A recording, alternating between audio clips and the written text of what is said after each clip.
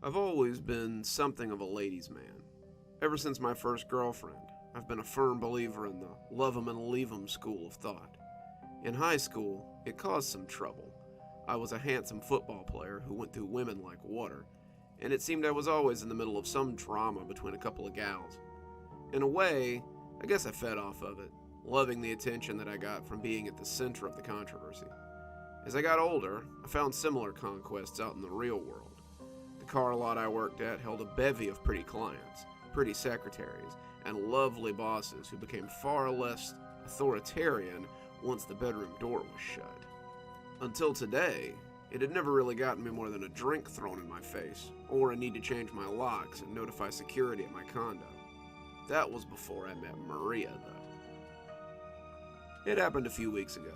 I was drinking at the bar, warming up a pretty blonde on the stool next to me, when she walked in and grabbed the eye of every man there. She took a seat, long legs moving beneath her red dress, mane of black hair falling over her shoulder, and I felt drawn to her somehow. The blonde barely seemed to notice when I left her, almost like she too was taken with this bewitching creature who had wandered into our lives. She smiled at me as I approached, asking what she was drinking as the collective eyes of the crowd fell away from us. She said her name was Maria, and for 2 months I was putty in her hands. She was unlike anyone I had ever met. Smart, confident, possessed of her own upward mobility, and didn't seem to need me in the least. When we made love, it was incredible, like nothing I had ever experienced. That was the first time I thought about just staying with her forever, lying there with her, basking in the afterglow. I began to feel that I could hang up my bachelor life for good. After the third time, I started to get a little scared by this feeling. This had always been my life. I had always been a dog chasing my next bone, and this woman was making me feel things I had never felt before. I began to pull away hard. I soon fell back into my old habits. I started to tomcat around and live the life as I had before Maria. A week before Christmas, she met me in front of my apartment and confronted me. I had been out with someone else. She could probably smell her perfume on my coat, and when she tried to throw that fact in my face, I ended it. I told her it was over. It had been fun, but it was over. She didn't cry. I guess I had expected she would. Instead, she got mad. She slapped me across the face, her red nails cutting my cheek, and I could see some of it dripping from them as she seethed at me. For a moment, her beauty slipped, and she looked more like a wild animal who'd been cornered by a predator. She was furious as she stood before me, and I found myself a little afraid she would simply put an end to me right there. For a moment, she seemed to consider that very thing. "You will pay for this. No one leaves me. You will regret this. You will beg me to take you back before the end. You're crazy. We're through. You have no power over me," I told her. She smiled, and it was an ugly thing on her pretty face. "Is that what you think, mi amor? You will soon find that my reach stretches farther than even you would believe." She was right, I suppose. For the next few days, I seemed to see her everywhere and nowhere. When I was at the bar, at the club, in a hotel lobby, or wherever I was finding new and exciting places to pick up women, I would suddenly feel her close by. I would catch her mane of raven hair from the corner of my eye. I would feel her emerald eyes on the back of my head. I would hear her laugh skate across my psyche, and it would throw me off my game. I was suddenly tripping over my lines, less smooth with my pickups, and I found myself going home more and more often by myself. She seemed to haunt me, dogging my heels wherever I went, and I seemed incapable of returning to the life I had known before. I was returning to my apartment, alone one night, when I saw a package sitting in front of the door. It was December 22nd, 2 days before Christmas, and the sight of a package wrapped in deep red paper, topped with a glossy bow, wasn't really that odd. Someone had seen fit to leave me a present, but who, I wondered. I had no family, no friends to speak of, no girlfriend who might come to give me a gift. I lifted the package and shook it, hearing something heavy thunk around inside. It didn't tick, and it didn't smell like a bomb, so maybe it wasn't a vengeful ex-present. I opened the door and brought it inside with me. I set it on the kitchen table and went to get a shower. My prospects tonight had thrown a drink at me after my line had landed badly, helped in part by Maria seeming to appear in the mirror behind the bar. She had favored sugary drinks, it appeared, and now I was sticky and in sad need of a shower. I threw my clothes in the hamper and switched on the water as I stepped into the building's steam bank. The warmth took me away from my failure, ripped the megrims from my mind, and plunged me into a blissful numbness as the water cascaded over me. I opened my eyes when I heard the soft sound from the living room, but shrugged it off as the heat coming on.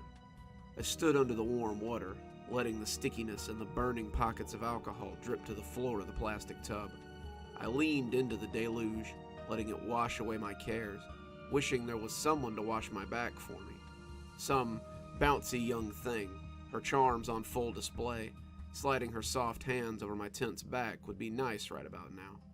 I could almost feel it as I stood there, her strong hands rubbing against my tired skin, her gentle fingers sliding over the knots, her jagged fingernails cutting my skin. I gasped as a searing pain ripped across my left shoulder. I staggered against the wall, feeling the blood run down my back, and realizing it hadn't been my imagination. I put a hand on the wound, my fingers coming away red, and turned my shoulder to the water as I looked around for the source of the cut. My shoulder erupted in white-hot pain as the hot water hit it, but I was more concerned about what I had scraped it against. I looked at the shower curtain, but it was free of anything that could have cut me. I looked at the opposite wall, anything that might be hanging from the ceiling, but I saw nothing. The blood running down the drain, however, said clearly that something had gotten me.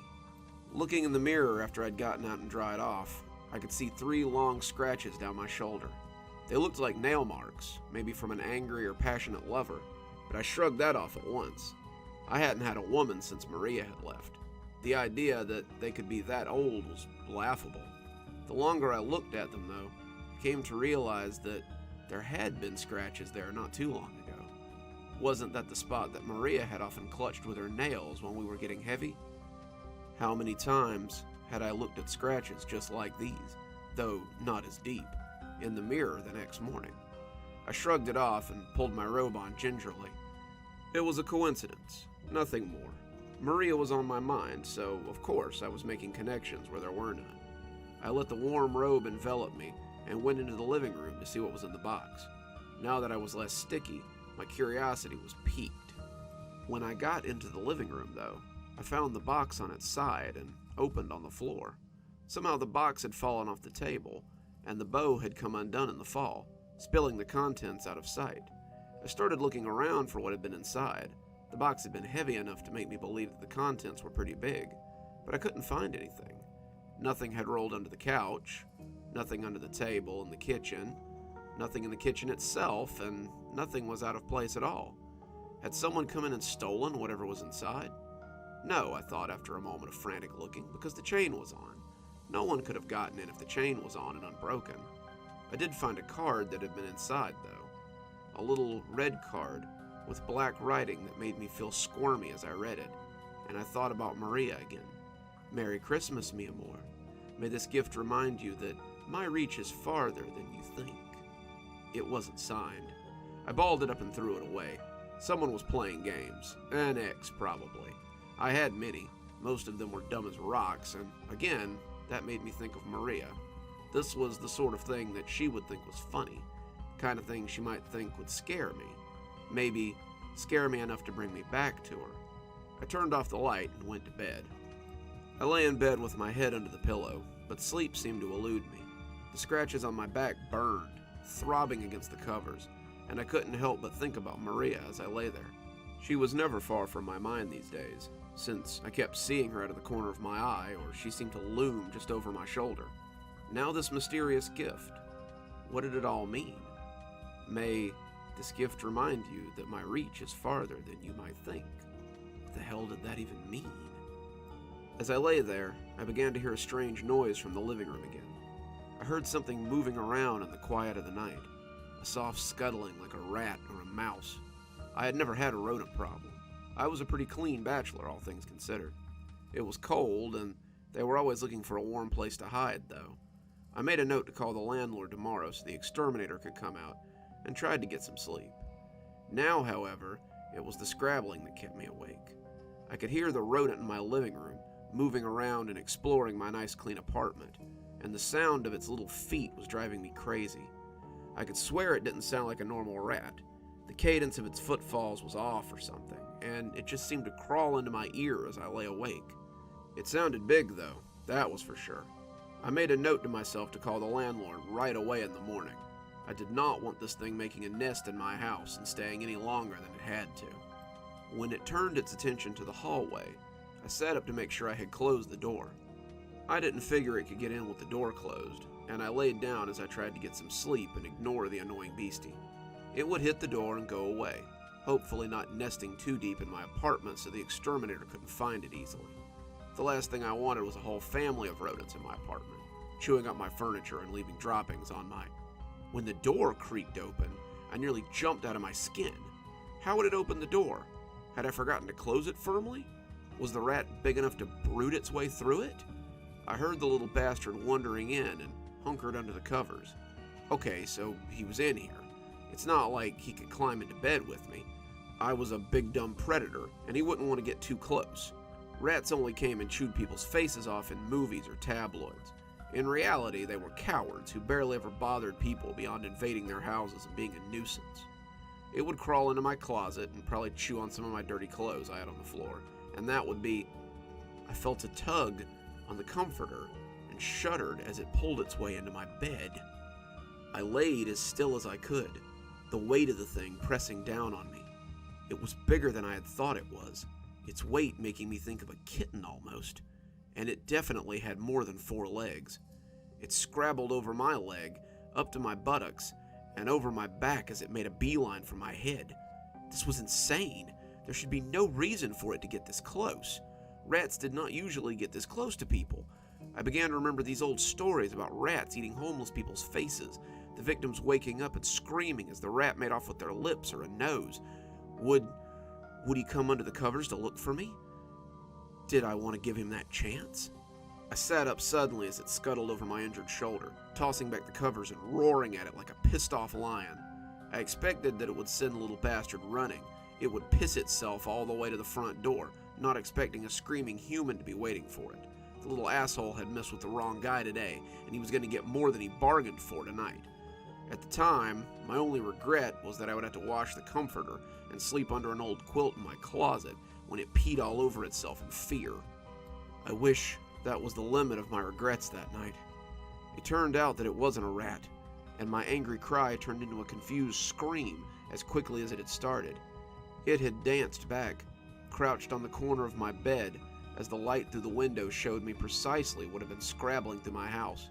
As my scream died in my throat, we sat and stared at each other, another scream bubbling up my throat as it assessed me from its position of surprise. It was no rat, no mouse either. It was a hand. It looked just like Thing from the Addams Family. The hand was pink, slightly tanned, its knuckles hairy, and the back near the wrist was covered in coarse black hair. It hunkered on the bed, seeming to look at me, and when I screamed again, it lunged suddenly. My screams were cut off as the hand clamped around my windpipe, and I yanked at the wrist stump as I tried to free it. The fingers dug in, pressing into my flesh, and its grip was as strong as iron. Strong or not, it lacked the leverage that a wrist provides, and I soon felt the fingers sliding off my skin as I threw it against the door. It hit the door with a splat, and one of my neighbors yelled at me to keep it down. It rose to its finger legs and seemed to be trying to get its bearings. I had stunned it, and I could see the pointer finger was bent a little after hitting the door. I had to strike now before it got its wits about it, and I scrambled my own hand along the edge of my bed, hunting for the baseball bat I had there. I felt the cold metal of the bat as it came scuttling at me again, and I wrapped my hands around the handle, gaining confidence as I lifted it. It jumped this time, its finger legs bringing it up onto the bed as it prepared to lunge at me again. I waited, not wanting to spook it. It tested its fingers a single time before it sprang at my throat again, looking ghostly in the moonlight as it leapt. I swatted it deftly out of the air, and when it hit the wall, I saw it twitch as its fingers stood at odd angles. I didn't wait for it to get itself together this time. I rolled out of bed, deft as any hunting cat, and swung the bat down on it as it lay twitching. I saw it spasm, blood oozing from the strange thing, but I kept swinging until it was little more than a pulpy flesh wad on the ground. Its blood was black as moonlight, sitting on the carpet like sludge as it clung to the bat like ichor. I was winded when I stopped swinging, and the thing was little more than a pile of meat and bones. I grabbed a gray grocery bag from the nightstand and picked up the pulpy mess. I didn't want it in my room. I didn't want it in my apartment, and I intended to walk straight out to the dumpster despite the hour and throw it away. I would sleep much better once it was gone, and I was suddenly very tired. The adrenaline was keeping me upright, but once it left, the dread and the exertion would lay me out. I opened the door to my room and took a step out into the hallway. I froze, however, as 3 more of the hands came wheeling around the corner, making a beeline for my open door. I slammed it on their non-existent faces, putting my back against it as they banged and smashed. That's where I've been for the last 3 hours. The sun is peeking up now, and the bag sitting beside me has stopped moving. The hands outside are still moving outside the door, though. I can see them if I peek under the door, and my phone's been blowing up with texts for the last 2 hours. They're from her. They're all from Maria. She's been texting me ever since I made the phone call. I had picked up the phone and dialed emergency services at once. How had I not thought of that before? The cops would come in and find the hands, and that would be that. They would kill them or bring this nightmare to an end somehow. I lifted the phone to my head with shaking hands, and when the operator answered, I almost cried. Yes, I need the police here immediately. I have strange creatures in my house that have trapped me in my bedroom. They're trying to hurt me. I need help. Okay, sir, 1 moment, please. She asked for my address, verified my name, and then began to ask me other things while I waited for the police to arrive.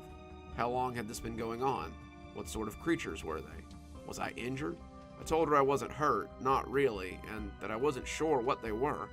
I couldn't exactly tell her there were disembodied hands in my house. She would think I was crazy, so I lied.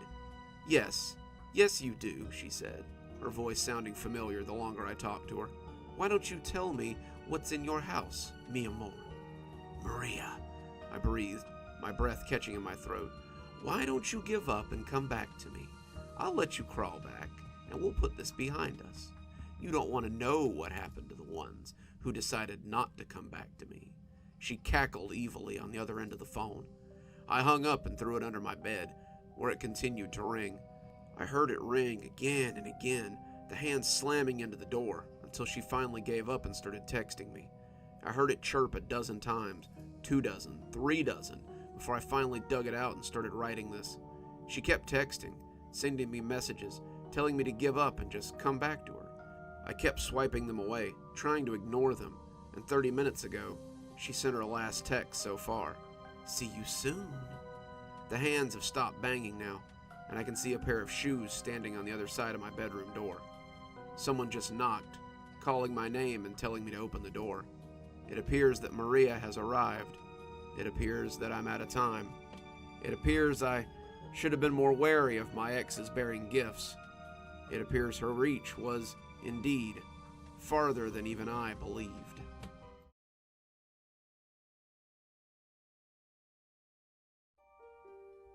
December 12th. We were getting ready for school when Aaron found the fire truck. It was a big one with an adjustable ladder and small hoses that spooled and unspooled as needed.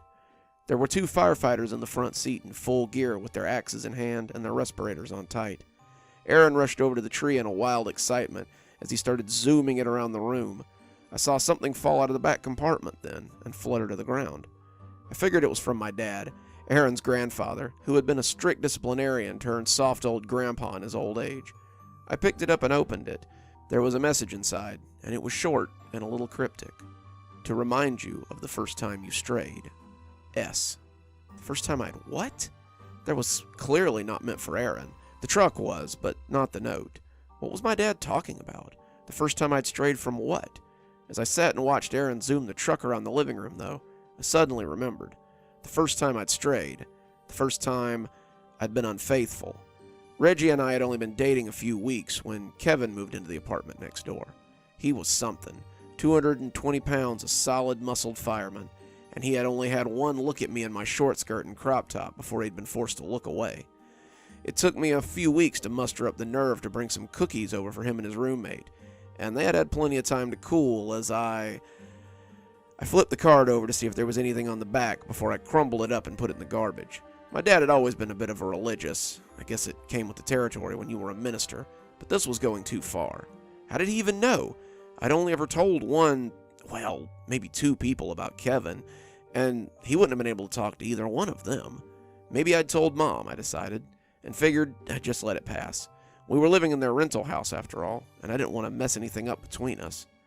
I should have said something there and then, though. December 13th. We got home from school. Aaron found a play school tool belt complete with hammer, saw, and screwdriver. It hadn't been there when we left for school, so I figured it was another surprise from Dad. I set about making dinner as Aaron went around, pretending to fix this and that with his new tools. I didn't give it much thought until he brought me another small note that he'd found in the pocket of the work belt. "It must be yours, Mommy," he said in a childish treble. "I can't read." And then he went back to playing. Great, another sermon from my father. This one was short too, to remind you of the handyman who was oh so handy. S. That would be Jim. Jim was our handyman. Reggie had hired him to fix the place up when we'd gotten married, since he was too busy at work to do his own repairs. The house had been a gift from Reggie on our wedding day. His parents had left him a small fortune after they died, and he had found a new house for his new wife. He'd been working long hours back then, 12 and 16-hour days, but Jim had been more than happy to keep me company and keep me warm when Reggie was at work. I threw this one in the trash too. My anger clouded my mind, or I might have suspected something even then. Who the hell did my dad think he was, leaving gifts for Aaron and chastisement for me? I had probably told Mom about Jim too. There was that time when Mom liked to live vicariously through me and my little dalliances, but I couldn't believe that she would tell my prudish father about all these indiscretions. I made a mental note to talk to him and went back to making dinner. I still hadn't grasped the depths of what was going on. December 14th. The police car came next. I was trying to coax Aaron out of his pajamas and into his school clothes. He was having a bad morning, and he'd slept poorly the night before because of the wind. To speed him along, I had suggested that maybe we could see if Grandpa had left another present under the tree today. He got dressed quickly after that, but he laughed and said it wasn't Grandpa leaving things under the tree. "It's Santa, Mommy," he said, as though I was slow not to get it. "Santa leaves toys under the tree." "Of course," I said, pulling on his sweater. "It must be Santa. He's rewarding you for being such a good boy throughout the whole endeavor." "What's an endeavor?" he asked. He was always so curious. "It's just a hard time, honey. Let's go have a look and see if we left you anything while we eat breakfast and get ready for school, okay?" The police car was sitting right in plain sight. There was another note, of course, and this one was preachier than the last. "To remind you of the policeman who gave you more than a ticket. S." My freaking mom had been running her mouth again. I didn't even remember this one's name, but he'd been so cute on his little motorcycle. He had gotten me for speeding, and I had been. But a flash of the girls and a promise to let him put his handcuffs on me had gotten me out of that little jam. We'd spent a hot hour or so in the back of his squad car, and off I'd gone about my day. When I'd caught pregnant a few months later, Reggie and I had been trying after all, but Aaron did have the cop's sandy hair. I called my parents' house, but no one answered. Dad must be out early, maybe shopping with my mom or something, and I decided to call them that night. I'd had enough of Dad and his high-handed notes and his little spoiling gifts. I had never had a good relationship with Dad. What we had now was grudging love on my end and a father trying his best to support his straying daughter kind of love on his. I would tolerate being in his debt, but I wouldn't tolerate his judgmental ways. I wish now I'd maybe tried a little harder. December 15th. When we got home from school that night, I found the football with a note taped to it. Was he worth it? S. Aaron loved football, of course, but I didn't love the memory it brought. Derek was young, still in high school, and I'd seen him and his friends playing football in the street. From the moment I'd seen him, I'd wanted him. He had long blonde hair, he was built like a professional linebacker, and when he smiled, you could see all the carefree love of life that exists in someone who hasn't had their dreams smushed back in their face yet. He was going to LSU, he told me, as he lay naked under the covers on my bed. He was going to LSU and he was going to be a football star. He'd get drafted by some pro team, and maybe he'd even take me with him. I was the best lay he'd ever had, after all, and being with him had made me feel 16 again, not a 30-year-old mother who'd never quite lost all the baby weight and knew she wasn't as sexy as she had been once. Didn't Reggie tell me so? Not with his words, but with his actions, with his lack of affection, with his lack of attention. I had liked it. I had liked him. I didn't like this note. I tried to call Dad again, but their home phone went to machine. It was 8 o'clock at night, for God's sake. Where the hell were they? Didn't old people usually go to bed early? I'd call him in the morning, I told myself. I'd call him and put a stop to this. If he wanted to give Aaron toys, he could wait until Christmas like a normal person. This needed to stop. December 16th. That morning, I found the straw that broke the camel's back. There was a children's craftsman workbench in my living room, bristling with tools and little building projects, and Aaron ran to it like a kid on Christmas morning. He put on the hard hat and went to get his tool belt so he could get to work, but I was already searching for the note. Where was it, Dad? Where was today's sermon? I already thought I knew what it would say, but I needed to see it, needed to read it. I nearly tore it in half opening it when I found it in the tool bench's little cubby. You just couldn't help yourself, could you? You needed seconds. S. Jim had gotten in touch with me after Aaron was a year old. He said he thought about me often and wanted to see me again. Reggie was at home more now, liked to spend time with the baby, so I had gone to book clubs or got a gym membership so I could get out of the house for a while and feel less stir-crazy. These trips were always to a nearby hotel, so Jim and I could rekindle our relationship in private. After 3 sweet weeks, he told me that his wife wanted to try and work things out, and I never saw him again after that. I did tear the note in half after I'd read it. I called my parents' house in a blind rage. Dad picked up on the second ring, and he sounded like he'd been awake for hours. I could hear Mom puttering about the kitchen in the background, and before he spoke, he swallowed a bit of whatever he'd been eating. I could see Mom now as she cooked his breakfast and ironed his clothes, and he just sat at the table and wrote his sermons and got ready for another day of being retired. Good morning, sweetie. Is everything okay? Did the wind do any damage last? You know perfectly well that my house is fine, Dad. I want to know why you keep leaving these little notes and toys under my Christmas tree. I was angry. I was fuming.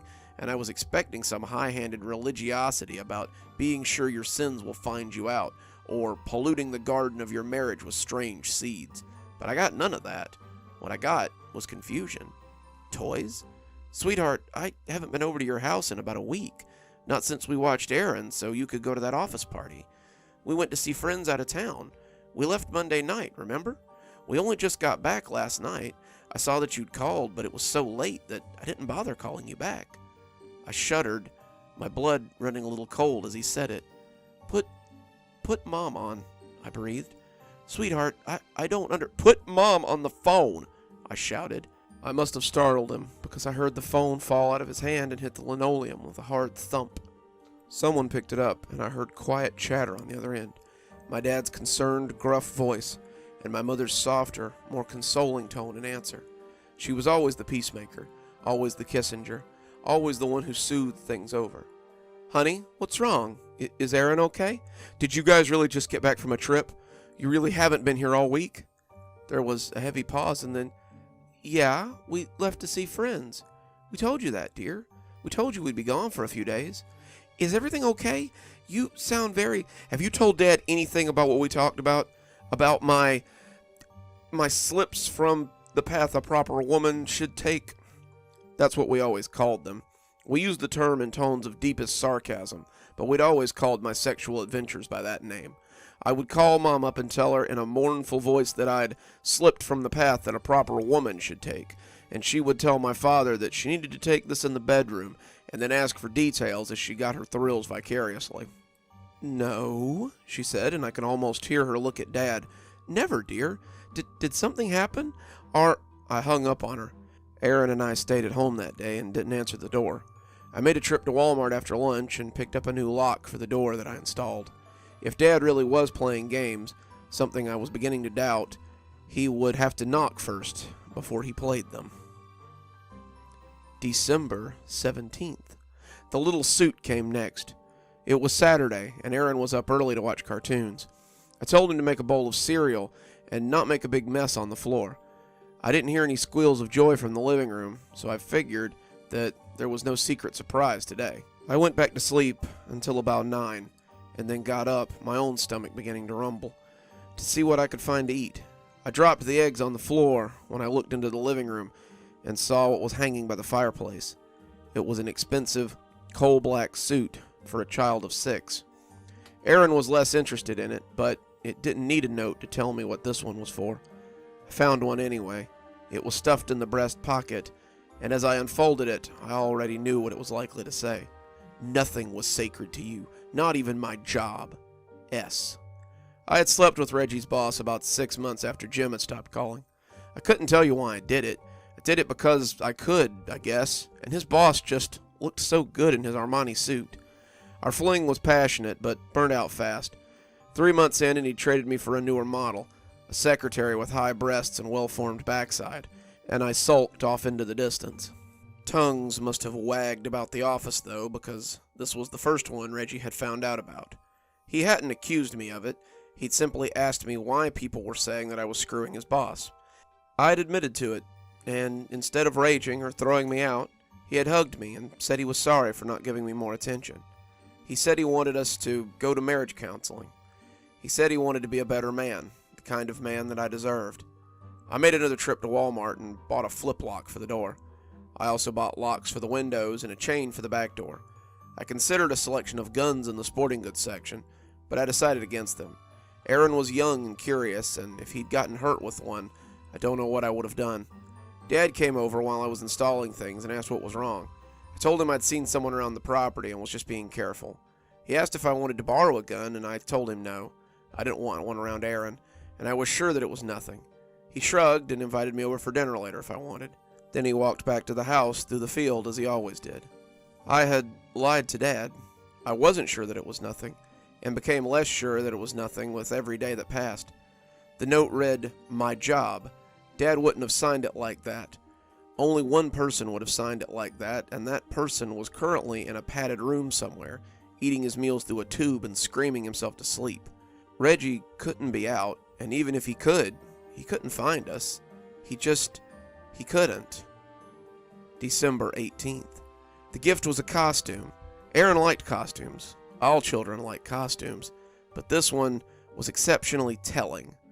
I was getting ready for church. A job made all the harder thanks to Dad and his Pentecostal ways, and when Aaron jumped out in the red devil costume, I thought I was going to drop dead of a heart attack. I had dressed him about an hour ago. He only had an hour before he tried to ruin his clothes out of sheer little boy curiosity, and when I came into the living room, I saw them thrown haphazardly over the couch. I'd been trying to put in an earring, and the sight of all those children's clothes scattered about made me so mad that I dropped the back.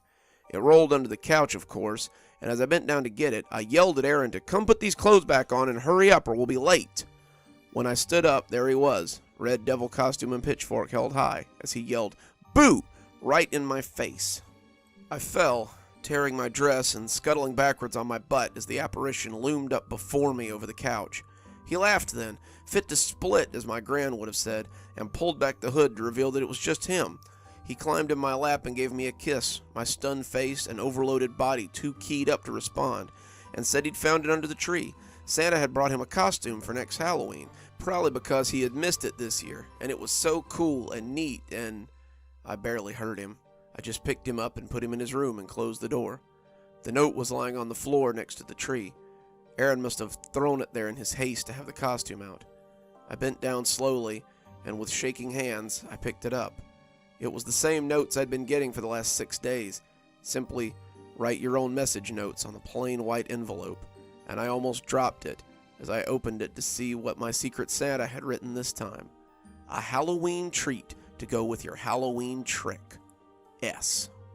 We'd been in marriage counseling for about a month when I realized that the problem was not my husband. Reggie felt that he was working too much, that he was too focused on his job, that he wasn't an attentive enough husband, and that my cheating was just my way of showing him the error of my ways. He was too hard on himself. I had been kind of a floozy since before we met, but the therapist had showed me something that maybe I hadn't wanted to admit to. The problem wasn't Reggie. The problem was with me. Halloween night, and I was on candy duty. Reggie had taken the night off, and he and Aaron, now 2, had gone out trick-or-treating. He had asked if I wanted to go. All of us had dressed as devils, which I just knew my dad would love when he got the pictures, but I had said no.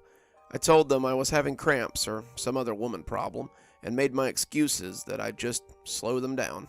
So off they went, Daddy Devil in his long red cloak and horns, and Baby Devil toddling along at his hand, and Mommy Succubus was free to prowl. Like the cop, I didn't even know his name, but he too was dressed like a devil, and when he sent his kids up the way to keep trick-or-treating, I let him feel a little of my hellfire right there in the entryway. He left with a treat, and so did I. You see, the problem wasn't Reggie. The problem was that now and then, I just liked a little strange. We didn't leave the house that day. The phone rang, but I didn't answer it.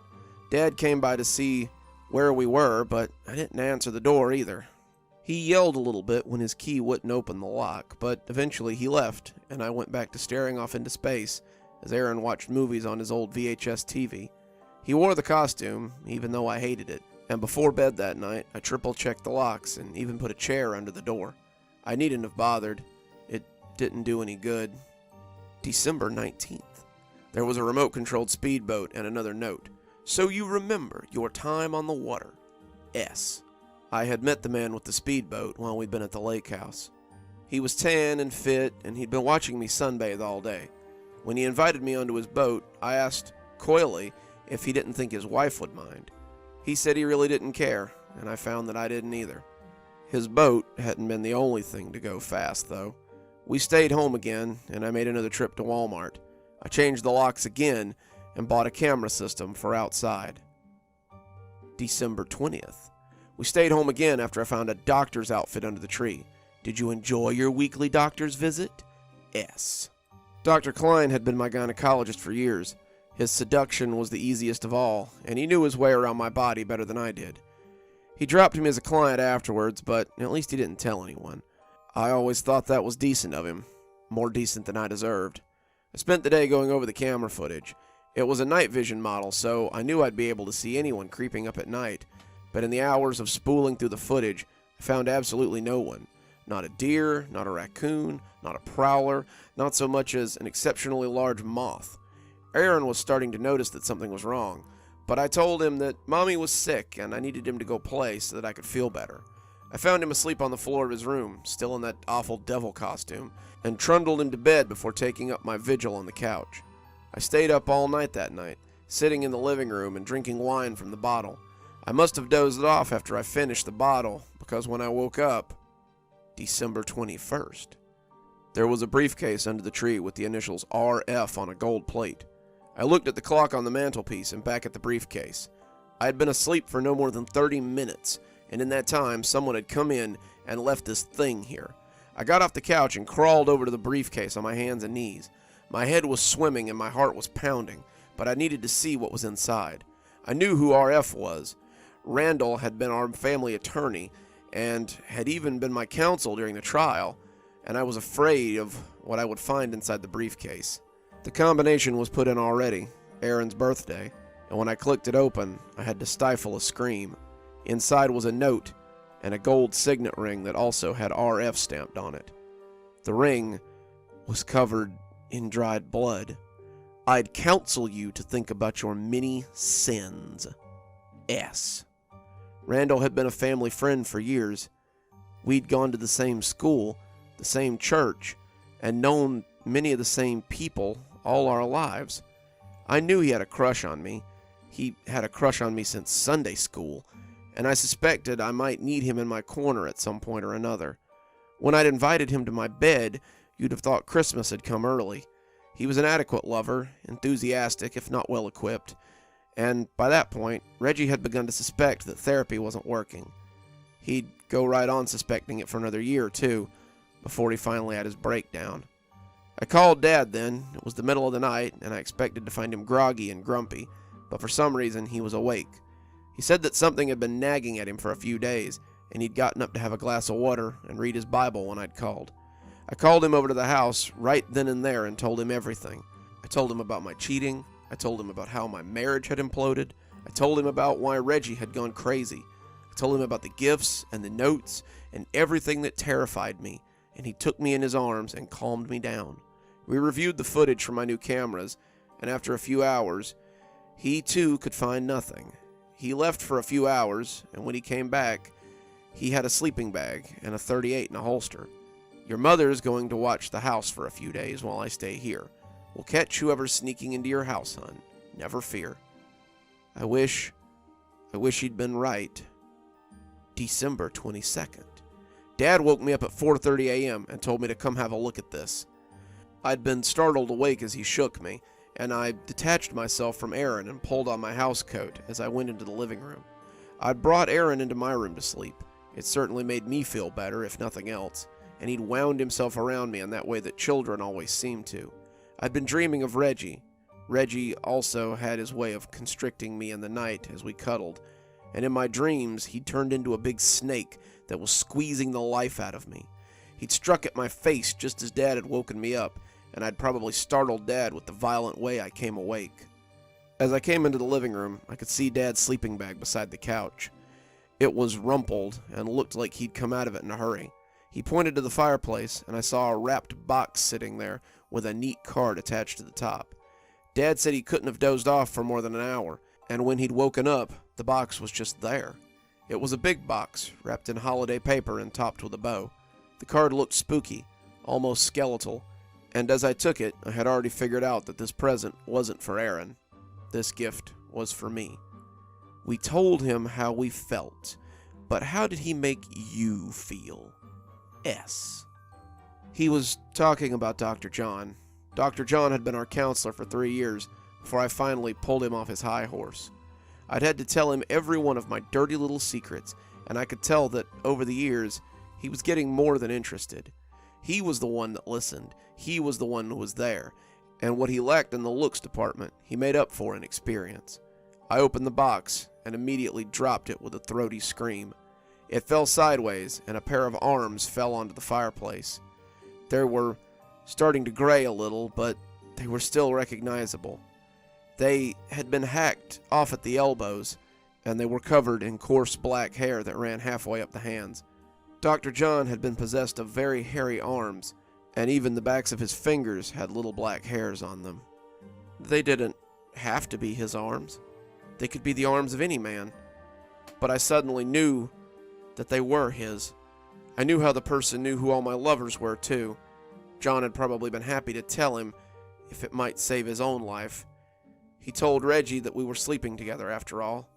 I burned them outside in a burn barrel, and despite my dad's objections, I did not call the police. December 23rd. There was no package that morning. Dad was up and making coffee when I awoke, and he handed me a plate of eggs and said it had been a quiet night. He asked if I minded if he went home and got some sleep. I said I didn't care and promised to call him if anything happened. He left me the gun, telling me to keep it out of Aaron's hands, and left through the field back to his house. I wish I'd said more to him. I wish I'd told him I loved him, but it's too late for that now. Aaron and I had an almost normal day.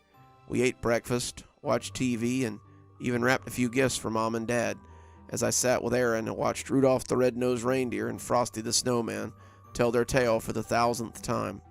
There was no school to call out from. School was on break until the first of the year, and Aaron and I just enjoyed a nice, quiet day at home. Around 5:30, I realized I needed tape to finish wrapping.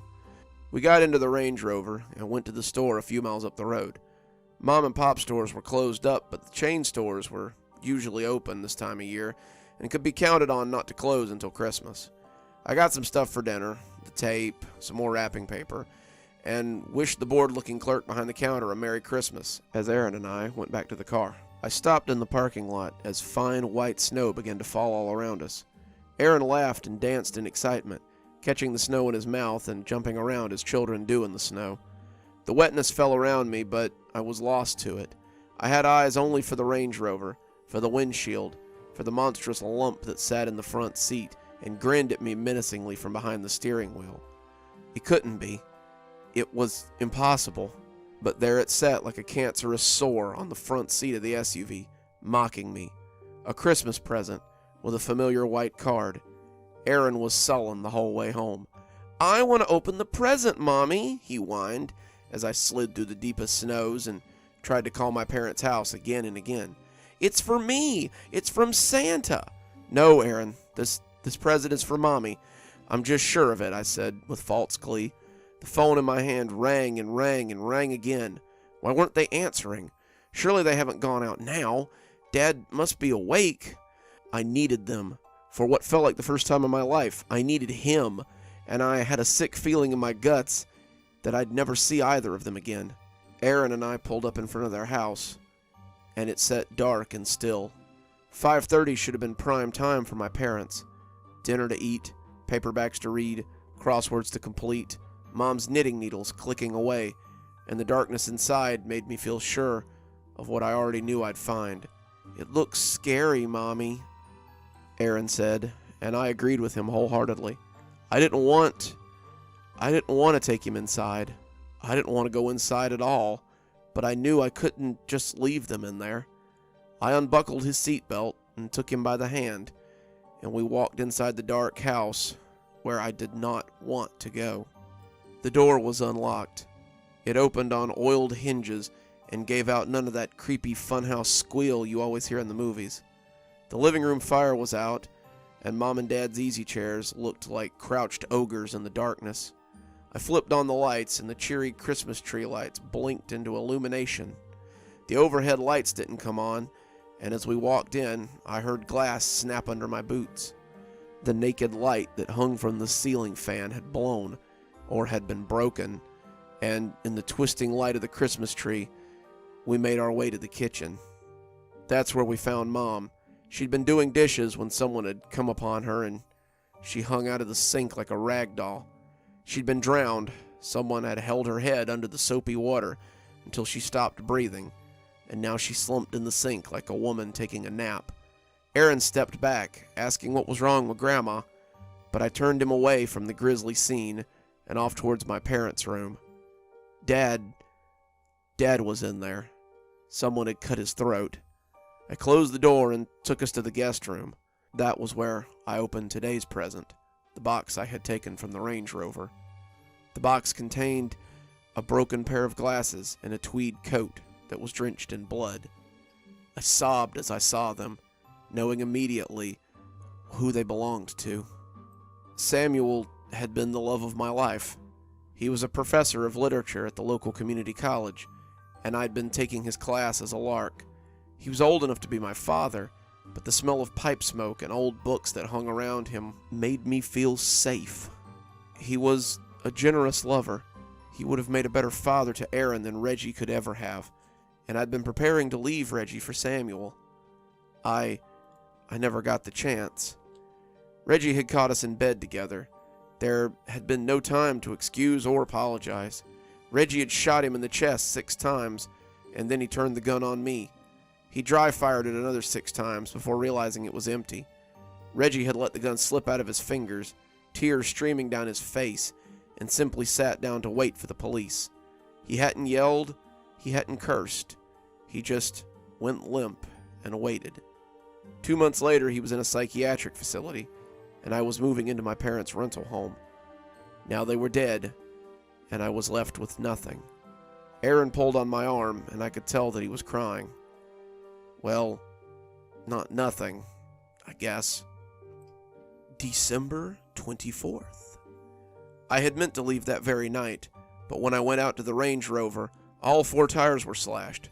Ditto on Dad's truck and Mom's van. I locked the doors and stayed awake all night, waiting for him. No presents appeared, no one came to bother us, and now it's midday on Christmas Eve, and I've finally done what I should have done a week ago. What I should have done when I got the box with the freaking arms in it. The dispatcher didn't seem to understand what I was saying at first, but he finally understood that I'm in the house with 2 bodies and a jacket that is likely murder evidence of some sort or another. I'm waiting in the guest room for them, running my hands over Aaron's duck fuzz of blonde hair. He's asleep, thank God, but I don't know how much longer he'll be able to sleep. The police will have a lot of questions, and I'm sure they will have many for him. I never received Reggie's 12th gift, and I don't think I want to. The wrapped box on the hood of my SUV has been there since morning, but the snow has covered it now, and it's little more than a lump of white. Reggie set out to give me a gift I'd never forget, and he certainly accomplished that. I'll never forget how terrible a human being I am, and how little I deserve the love of the boy that's now sleeping on my lap. Reggie managed to do what years of counseling never could accomplish, and for that, I guess I owe him some thanks. I'm all stranged out for the rest of my life, however long that might be, and if you're reading this, then I ask you to feel no pity for me. My 12 gifts have been well received, and the message was clear. I can see him in the front yard now, waiting for me to come out and get my gift so he can give Aaron his Christmas present. The gift of being free of me. Good evening, everyone. It's me, Dr. Plague. Thank you so much for joining us for tonight's story, and I hope you're having a very merry holiday season. Looks like it's time for me to thank my patrons for their wonderful gifts. Thanks to Leslie Lou Riddle for being our Spooky Skeleton tier contributor. Thanks, Leslie. I just couldn't do it without you. If you too would like to support the show, come on down to Patreon. For just $5 a month, you can have your name read out at the end of every TikTok and every YouTube video that I do. You could also head on over to Amazon. I have 4 books, soon to be 5 next year, and I'm sure I've got something that'll interest you, so come on down and have a look. And as always, thanks for stopping by. Dr. Plague, signing off. Have a wonderful evening and a wonderfully spooky holiday season.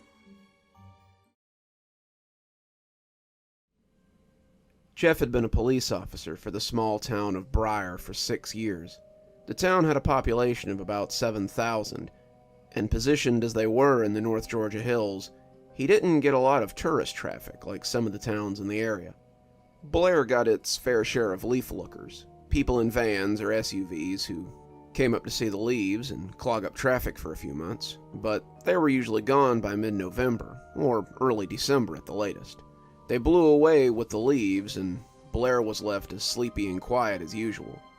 The town had a Walmart, as all towns do, 6 restaurants, 2 chains and 4 local spots, a hardware store, 2 gas stations, 2 red lights, and a small Main Street area sporting a dozen little shops.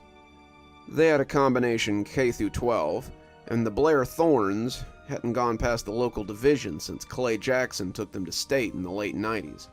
It was a small town that rarely needed the 4 deputies who assisted Sheriff Whitaker in the day-to-day protection of the town. So, when Jeff got a call about a disturbance out at 56 West Tree, he had no reason to expect anything but local kids, or maybe town drunks.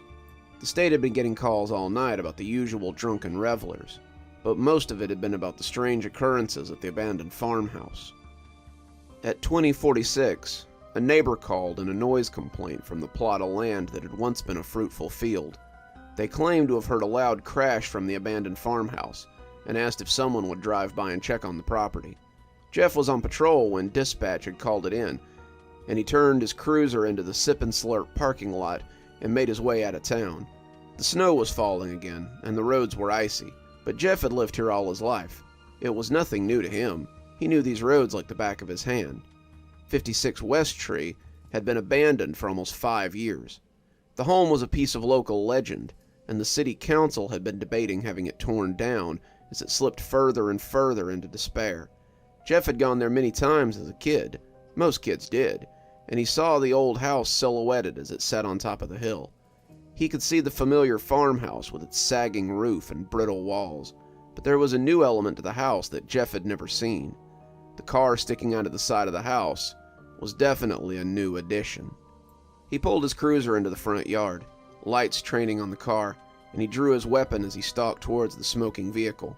It was a new vehicle, something sporty and sleek before the collision.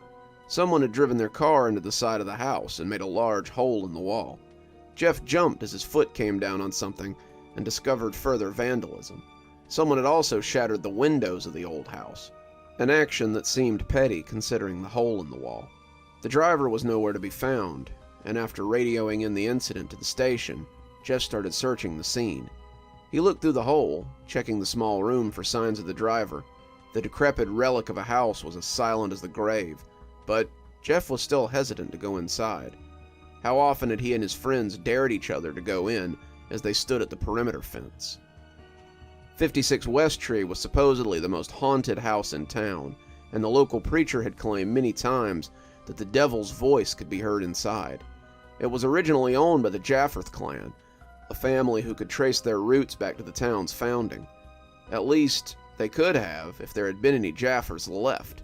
Town legend was that 30 years ago, William Jafforth had walked into the sheriff's department on a dark and stormy night and laid a bloody axe on the sheriff's desk. He admitted to murdering his wife and children, and when the sheriff went out to the house with his constables, the whole clan had been found dead in their beds. They had each been killed with a single axe blow, and not a soul had woken up during the attack. When asked why he had done it, William said that he wouldn't let another Jafforth die for this town, and would instead drag his family tree up by the roots. He died in prison a few years later, and every family that attempted to live thereafter had gone missing under mysterious circumstances. Jeff's radio keyed up as he stood thinking about the old house's reputation, and scared him near to death. "We'll send a wrecker out there in the morning, Car 3. Get back to your beat and just leave it alone." "Understood," Jeff said, stepping gratefully away from the hole in the wall. As he climbed into his car, Jeff was a little relieved. The place still gave him the heebie-jeebies, and if he didn't have to go into the old farmhouse, all the better. Jeff was just starting his cruiser when a loud groan drew his attention back to the house. The roof was sagging under the weight of all that falling powder, and as he shone the searchlight on his cruiser at the house, he could swear he saw something walk past the upstairs window. Jeff killed the engine and stepped out of his car, his eyes still glued to that window. He squinted as the spotlight covered the window, but the dusty glass was too caked to see much. Jeff reached for the door handle, but let it go again as he turned back towards the house. Jeff had never mustered up the courage to go in as a kid, but if the perp was still inside, maybe even injured or incoherent, he would have to brave the confines of the Jafforth homestead. He stepped in through the hole and into the dusty living room beyond. It was still furnished, and Jeff saw a sagging green couch, 2 armchairs, and a cold TV, all covered in a thick layer of dust. Pictures hung lopsidedly on the walls, and a ballet of dust motes danced and swirled in the beams of Jeff's flashlight. He could see a line of footprints heading towards the stairs, and Jeff drew his gun as he followed them into the velvety darkness. The fact that they were bare with so much snow on the ground lifted the hairs on the back of his neck, and Jeff could see the barrel of his gun jittering as he mounted those steps. The upstairs hallway was long and unfurnished, but he could see that only one of the doors was ajar, and made a beeline for it. Sweeping his gun about, checking his blind spots, Jeff pushed the door and listened to it creak open horror movie fashion. The bedroom was a wreck. It had been small, holding only a single bed and nightstand, but both were shoved over, laying sprawled across what was left of the floor. Someone had torn up the floorboards, and a crowbar lay like a discarded snakeskin nearby. The hole yawned like some skeletal mouth, and whatever had been inside was now long gone. Jeff swung his light around, looking for whoever had moved past the window, and when his foot sank into the floor, he realized that he'd been careless. The edge of the hole had crumbled when he'd come down on it, and Jeff gasped as he sank up to the ankle. His light swiveled fretfully, searching for ambushers, and when he pulled his foot free, he saw that something was stuck to it. Jeff reached down and found the pages of a book stuck to the bottom of his boot. He moved his light down and saw that his foot had come down on the book beneath the floorboards. The book was ragged, the cover moldy and bloated, and the pages on his foot weren't the only ones that had come loose. There were a few pages inside the hole, and as Jeff looked, they appeared to be someone's journal. The ink was old and a little flaky, and it appeared that his boot had ruined the middle part of the journal. As he looked down into the hole, Jeff felt moved to take them, something he had never done in all his time on the force. He couldn't say if it was his subconscious or the voice of the devil, but he scooped it up and slid the ragged thing into his pocket, snatching the other pages too for good measure. When the radio crackled, Jeff jumped like he'd been caught doing something naughty. "Car 3, are you still at the vehicle?" The usual sleepy dispatcher sounded almost frantic, and it made Jeff edgy. He checked in, and Dispatch told him to stay with the vehicle and under no circumstances to leave it. The vehicle he had found, lodged in the side of the house, was involved in a kidnapping case the next town over, and they were very interested in finding out where the perp had gone. Backup was on the way, and Jeff needed to sit tight and wait for further instructions. Jeff said that he copied, and headed down so that he could sit by the car until help arrived. He came back through the hole to find the car still lodged in the breach. Jeff took a seat on the cold metal bumper of the vehicle, listening to it click and groan, but as the wind howled and the snow fell, he decided he might be more comfortable in his squad car. As the snow came down, obscuring the windshield, Jeff pulled the moldy book out of his pocket and thumbed through it. The dates inside went back about 120 years and occurred during the founding of the town. The owner talked about leaving their home and traveling to this little piece of nothing. After the move, it was mostly entries about farming or building, but one particular entry caught his eye. December 12th. I had a meeting tonight with the town elders. Honeycutt and Treen want to forego this year's sacrifice. They don't want to build an altar and claim we have other, more pressing things to worry about. More pressing matters. Did we not leave our homes and forego our lots in life so that we could worship as we saw fit? Did we not run into the hills so we could start over?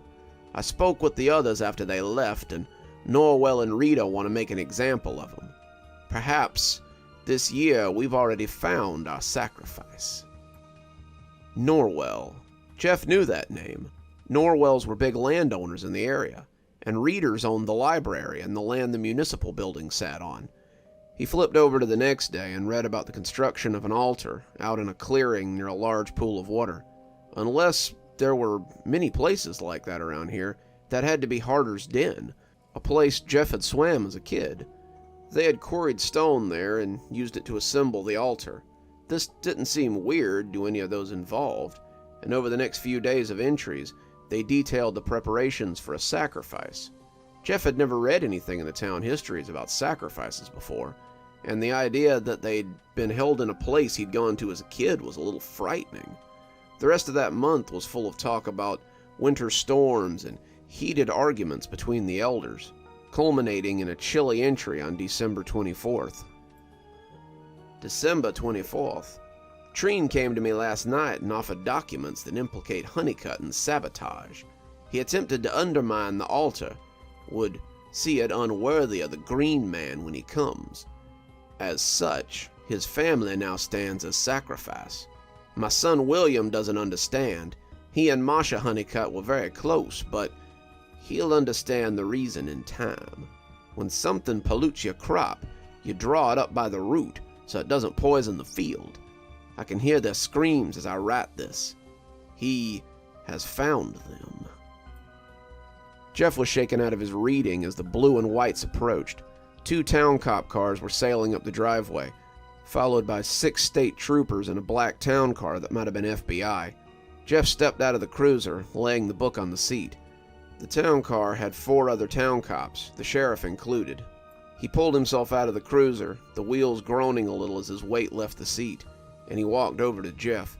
He pumped his arm in a single motion, asking for a report on the situation. Jeff told him about the car, showed him how it had been wedged in the side of the house, and explained that the driver, or whoever they were, had been nowhere to be found. As they spoke, Jeff couldn't help but notice the man in the black suit as he stepped gracefully out of the sedan. As they trundled into the snow, breath steaming in the cold, the man organized them into groups and told them to get moving. He wanted the house searched from top to bottom, asshole to appetite, but when Jeff went to help, he called him to the porch instead. He wanted to know what Jeff had seen, and Jeff hesitated as he thought about the book. Suddenly, Jeff felt an urge to hide its existence, but shook it off at once. He was an officer of the law, and if the book could help their investigation, he needed to tell him. He grimaced as he handed him the moldy old thing, but skimmed it over as the cover left stains on his leather gloves. The man's face grew severe. "Have you read this?" "Some. First 10 pages or so. Sounds like a journal, sir. I figure it's Jafferth's, the family who used to live here when the town was first founded." "Does it say anything in here about sacrifice? Maybe even a green man?" Yeah, it does. How did you..." Been following this case a while, kid. Where does it say their altar is? It sounds like it's down at Harder's Den. It makes sense. Harder's is only a mile or so into the woods that way. If they had a spot out there, it would be easy to get there from here, and they could... The man nodded as he called inside. The stomping of boots preceded them, and as they arrayed on the porch, the sheriff was red in the face from exertion. He asked if the blustery old man knew the spot the book talked about, and the sheriff nodded as he pointed up the road. He set the book down with a thump, looking up the road where the sheriff had pointed, and Jeff could see the excitement plain as day on his face. Excellent. Let's go. We can still catch them if we hurry. He turned to the assembled men, looking at each as he spelled out what they were going into the woods to do. Listen up, because I want total silence once we're in the woods. This man has a kid with him, and he's getting ready to sacrifice him to some make-believe bugaboo. He's nuts, but he's not stupid. Keep your eyes open, and be ready to mow him down if necessary. I'd hate to lose the kid, but this guy's killed 10 people in the last 5 years. I'll be damned if I let him escape. Sheriff Critch, you stay here with the vehicle and let the officer come with us, he said, pointing at Jeff as they prepared to go. Sheriff Critch was monstrously fat and pushing 60, but he seemed to bristle at the idea of being left behind. He didn't like wandering through the woods under the best of circumstances, but he certainly didn't want to be left behind, so some wet-behind-the-ears rookie could take all the credit. He glowered at Jeff, and the younger officer didn't need to ask. He'd worked with Sheriff Critch long enough to know that he would not stay here while the most significant case of his career happened around him. His next words saved Jeff's life, though he doubted the sheriff knew it. I've come this far, Agent Reinfield. Let me finish this up with you. Reinfield grinned at him, and Jeff suddenly hoped that he would ask him to stay behind. That grin looked ghastly. Very well then. Lead the way to Harder's Den. You, stay here with the vehicles, he said, and he pointed at Jeff. We'll radio if we run into trouble. Here, keep this safe until I get back. He pressed the journal against Jeff's chest, and the shaking officer had little choice but to take it, as the men ran back to their cars. With that, the expedition set out towards the woods, and Jeff watched from the porch as they disappeared into the trees.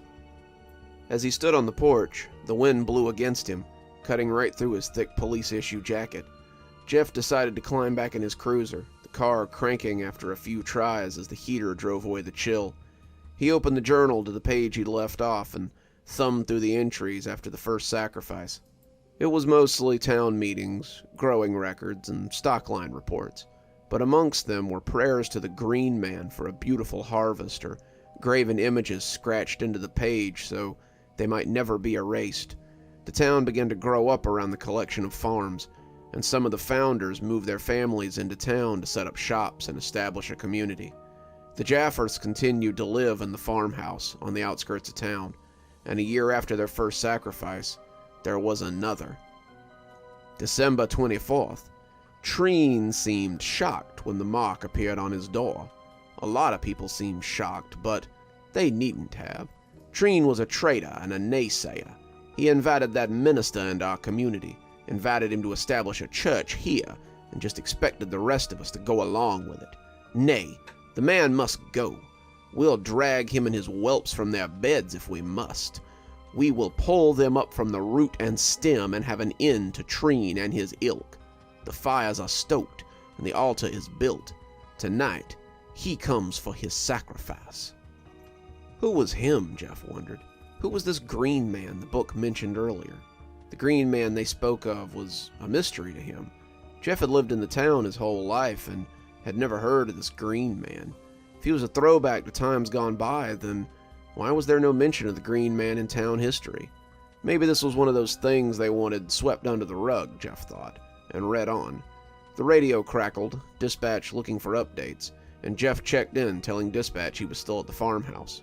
Someone from the woods checked in as well, letting dispatch know they were still in pursuit and making their way through the woods. As dispatch copied, Jeff returned to the journal, finding that the start of the third year was a little more turbulent. February 4th. The town prospers, I suppose, but our way of life is in jeopardy from those outsiders. When we came here, 10 families looking for a place to worship and be free, it was so we might draw strength from our shared faith. Now this minister, Reverend Lundgren, has established a church and drawn a flock. The farmers and settlers from the nearby area have come into the town and fallen under his spell. As his influence grows, he believes he can hold some power here. Curse Treen, curse the man to the soil. He invited the man here, and now he's burrowed in like a mole. Even some of our own have fallen to his poison religion. More the fool they. There is but one God, and he is green and terrible. Mayhaps we will see, come winter, whose God is the stronger. The next few months were clouded with shadows of war between the church and the Green Man followers. The Reverend Lundgren, a figure Jeff had read about in town history, preached venom against the pagans and their earth religions. He called them profane, the foolish ideas of uneducated man, and by autumn, only 6 of the town elders were still among the Green Man's fold. All of them had lost a member of their family to the flock, as they preached of love and life everlasting, a much more hopeful message than the bleak teachings of the Green Man followers. The writer's words became barbed and filled with threats the farther Jeff read, and the cold wasn't the only thing that made him shiver. August 1st. As I smelled the air this morning, I could feel his power rising. Every leaf upon the tree says burn me in his honor. Every plant in the field hopes to be laid upon his table this Thanksgiving. Every drop of blood within my body cries out to be used by him, and I am powerless to disobey. The 5 of us, Moore, Rita, Critch, Norwell, and myself, have met to discuss what must be done. Clades, Dykes, North, Gobbler, and Jockaroo have betrayed us, and it is from their homes we shall draw our sacrifice this year. Willing or not, pure or not, we will have our vengeance upon those who have wronged us. Reeder and Moore have returned to their homesteads, and though Norwell abides in the town, he has moved his family back to his farm so that more of them may escape the taint of Lundgren. There is war coming, a war of faith, and I pray that we are all resolved to it. September and October went by uneventfully, but when October came, there was indeed a bounty. October 4th. Gobbler has returned to our folds. He claims that his leaving was for information gathering, and we pretend not to know what we have known since the 2 of us were children in the woods. Garrus Gobbler is a weak vessel full of fear, and I feel sure that even Lundgren knows it. He does bring news, though. Lundgren fears they who worship in the woods. He thinks us pagans, Gobbler claims, or maybe Odinists. To Lundgren, though, any religion not his own smacks of hellfire, and he has lumped us in with those who worship Satan, as though my lord were not a mailed fist that men cringed to mention when that red imp was still upon the tit. I've been at thought lately about this year's sacrifice, and I believe I have the perfect one. Perhaps it's time that Lundgren was properly welcomed to the community. Car 3, do you read? Over. That was Terry Knorr. Terry and Jeff had gone to high school together, and though they hadn't run in the same circles, they were brothers in blue now. Jeff keyed up the mic and copied, and Terry asked if he could see the fire from the farmhouse. Jeff got out of the cruiser and looked towards the woods, realizing that he could see a fire. His mouth hung open as he climbed back in the cruiser to radio the fire department. If left to its own devices, that fire could burn down the whole damn forest. He had reached for the knob so he could turn it to the right frequency when Terry asked him again if he could see it. "I see her, Terry. Do you want emergency services down there to put it out?" "Negative, it's contained. I just wanted to know if you could see it. Damn near burned my eyebrows off from a mile back. Over." Jeff laughed and told Terry that he copied before hanging up the mic. He was a little jealous of Terry, off in the woods with the sheriff while Jeff was watching the vehicles. Jeff supposed that Terry had seniority since he'd been with the force since the 2 graduated high school. Besides, Jeff thought as he picked up the book again, this was starting to get good. The old book creaked again as he opened it to the spot he'd left off on, and as Jeff read on, he realized that things were about to get worse. December 1st. North tried to come to the harvest celebration yesterday, but we turned him away. His son, Jensen North, is with us, and wouldn't even look at his father or family when they arrived. He did speak to his oldest brother before he left, and I feel we'll have a few more Norths before the year's end. I will not charge the children for the sins of the father. The Green Man draws only the loyal to him after all. North tried to warn me before he left, telling me that Lundgren knew what he was planning, and if there was to be a fight, then the priest would fight. I invited him to tell his false savior that we too would fight, but only time will tell if a fight is needed. There was some weird static on the radio, but it went dead pretty quickly. Jeff looked at it for a few minutes and then got back to his book. December 15th. We've chosen our sacrifice. Her loss will bring fear to the flock and make the old man look weak. We will take her on the 23rd. Let them look for her if they will, but her bones will belong to the Green Man. Agent Reinhold here. Does anyone copy? His voice was hushed and whispery, and Jeff made his low too as he keyed up the mic and told him to go ahead. We have a visual on the suspect and the child. We're fanning out to capture. Maintain radio silence. We will advise when we apprehend the suspect. Then the radio went dead, and Jeff clicked the double-click break so that they would know he had copied. Then he turned back to the book. The next few entries covered Jafferth and his allies as they planned the abduction. This particular Jafferth was firm in his convictions, but not so subtle as he maybe should be. It appeared that he had misstepped at some point, because the entry on the 24th contained none of his usual snarling bravado or religious sureness. His entry on the 24th sounded downright scared. December 24th. All is lost. We're surely dead. They found our altar, found us as the wind was rising, and his horse was approaching. They came from the woods with crosses raised and scriptures called aloud and proud. It all died when they saw him. When his horse walked from the woods, his antlers on full display and his axe raised, the ire was in his voice, and they ran like rabbits. We ran too, all of us separated in the storm, but I managed to bring most of mine home before they froze to death. Mama, Jesse, William, Fawn, David, and I now locked inside and huddled in the basement as the blizzard surges around us. I know not what became of Raymond or Cass, but I trust that they are safe or in his legion now.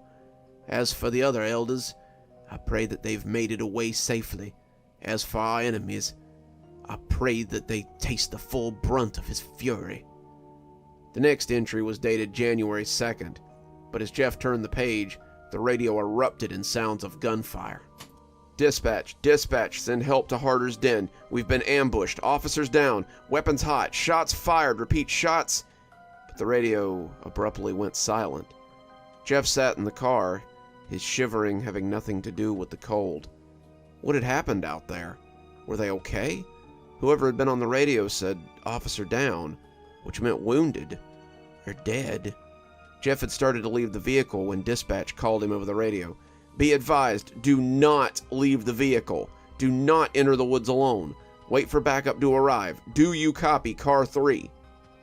Jeff wanted to tell dispatch that he copied no such thing and head into the woods as fast as he could, but he knew she was right. If Jeff rushed into the woods, he wouldn't do anything but get himself killed. He sat down, little as he wanted to, and waited for the blue and white lights he knew were on the way. Jeff's eyes strayed back to the book again, but he dared not pick it up. This was no time for distractions. Jeff didn't need someone sneaking up on him while his mind was elsewhere. But as the minutes spooled out, he grew weak. Jeff felt his hand stretch out for the book, and when he opened it, he saw what came next. It appeared that there was a little more town history to be gleaned from this journal. January 1st. The blizzard has stopped. The Winter Lord, in all his anger, has finally blown himself out. Now we see what is left. Critch and Rita have come to see us, my Cass having spent the last few nights with the Reader clan. He didn't come back alone either. It seems my clan is to be joined to Reader's. Cass spent the last 8 days with Shamia Reader, and now, come spring, the two wish to be wed beneath the green boughs. The Moors came next. Choctus Moor had perished in the storm, but his brother Eustace has taken the clan and Choctus's wife as well. As for the Norwells, only the patriarch survived. In time, he may raise a new family, but only time will tell. January 2nd. We returned to town today and found the wrath of the Green Man had been for them as well. The niece of Lundgren, Charlene McNeil, is safe, but her uncle has been lost and may never be found. His flock has come about her, holding her as a sort of saint, and as we approached, she had the sense to parley. Now we work out terms of inclusion. Jeff heard something and glanced up, eyes cast back towards the woods. He expected to see a small horde of green barbarians creeping up on him, but there was nothing to see. He wondered what had drawn his attention, and only then realized what it was. The fire had gone out. It was a lot darker out there without the towering light that had graced the woods, but as Jeff stared into the white forest, he realized he could see something. The trees were swaying, bending as something got closer to the house. It was moving through the woods, bending trees as it came, and before his eyes, Jeff saw tendrils of frost creep across the glass. The snow had been falling in a sluggish pattern, but began to pick up as the frost gathered. Suddenly, something hit the side of the cruiser and rocked it on its shocks. The force smashed the side of Jeff's head into the door, and as he fought to stay conscious, he heard a blizzard roaring outside. Jeff tried to crank the car, meaning to leave despite what dispatch says, but it wouldn't start. He pushed the door, knowing better than to go out in a blizzard, but was helpless as claustrophobia crept over him. The door, however, refused to budge. As the storm raged around him, Jeff hunkered down in the cruiser and massaged the side of his head. It wasn't too bad, though the bruise would definitely hurt the next day. He wondered if this is what the Jafferth clan had felt as they hunkered in their cellar and listened to the storm rage outside. That thought brought him back to the book, and he reached for it with trembling fingers as he tried to find his place. The name Charlene McNeil made him very interested to see how it ended. Charlene McNeil was another of the town founders, someone every kid learned about in school when it came time for local history. She had helped to unite the town, been its first mayor of sorts, and helped to unite the townies with the faithful. There was a picture of her on the mural of Town Hall, and a bronze statue of her outside the courthouse. But none of that was what had piqued Jeff's interest. He was curious because she also had the distinction of being his great-great-grandmother. January 5th. They have seen the might of the Winter Lord, felt the ire of the Green Man, and now they believe. We have come to an understanding that they may stay in town and worship their God as they choose, and we may own our land and worship our God in the field and farmland. We will bring our harvest into town, and they will buy our food and lay by for winter. We will allow them to stay, and they will provide us with a sacrifice on the 23rd of December. The mark shall be left upon the door of their house, as it was in times gone by, and one shall come forward to be sacrificed. Thus it is, and thus it shall always be. As the dome light flickered and the battery died, Jeff read on, though he didn't need to. It was all a matter of family history. Charlene McNeil and William Jafferth, the oldest Jafferth male, had fallen in love and courted secretly. When William's father discovered them, he cast his son out, and he went to abide in the town forever after with his God-fearing wife. He had taken her name instead, and a rivalry existed between McNeil's and Jafferth's forever after. It had held until the last Jafferth had seen the mark upon his door, and knew that his fellows had betrayed him and sought to punish him for his impurity. The Jafferths had begun to try to repair the damage of their past. He had been trying to reconcile with the McNeils, Jeff's family, and for this, they had been punished by those in the farmland. William Jafforth, named for Jeff's great-great-great-grandfather, had decided that he would rather see his family dead than give any of them over to the madness of his so-called neighbors. Jeff was too young to remember any of this, and none of his clan ever spoke about the Jafforths if they could help it. They were a stain upon the family tree, and Jeff's father had always told him to be careful around the families from the farmland. You'll be hated by them for both the Jafforth side and the McNeil side. Best to keep your friends in town and leave the farmers to their crops. As Jeff lay huddled on the seat of the cruiser, his jacket drawn up around him, he heard his father's words rustle like dead leaves in his head. Jeff suddenly felt that he was very likely to die here.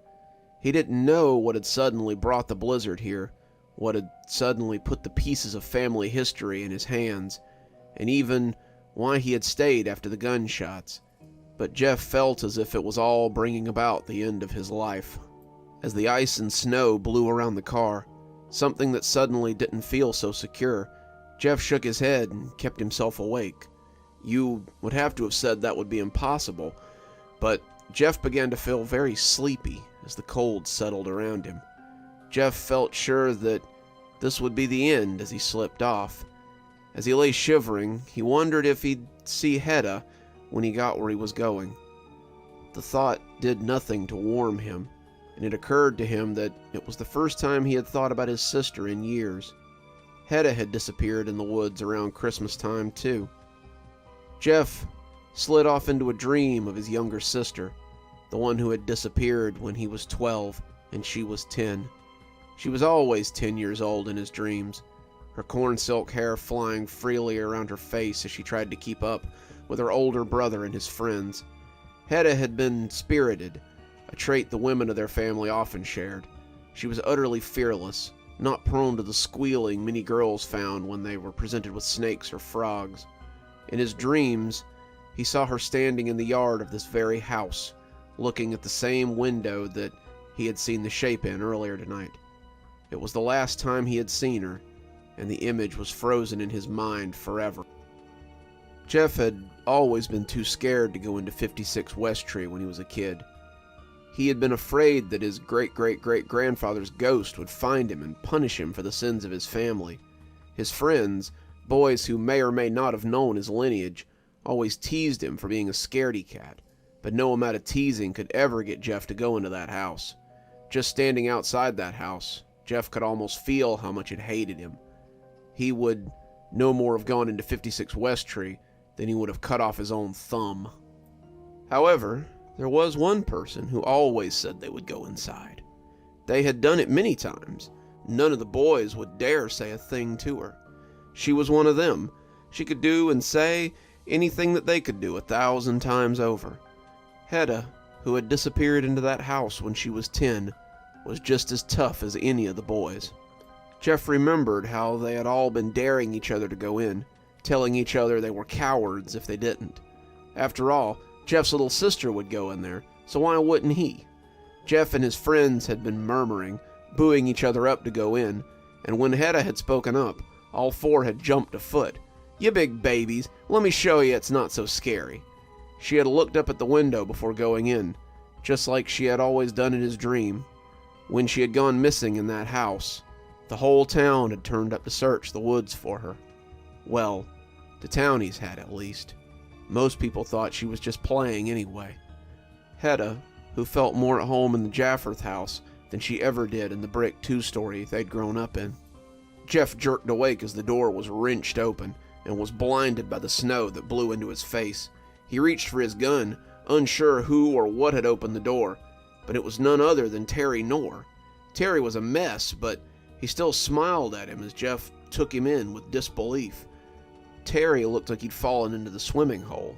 His hair and face were muddy, and his uniform was smeared with mud, or maybe blood.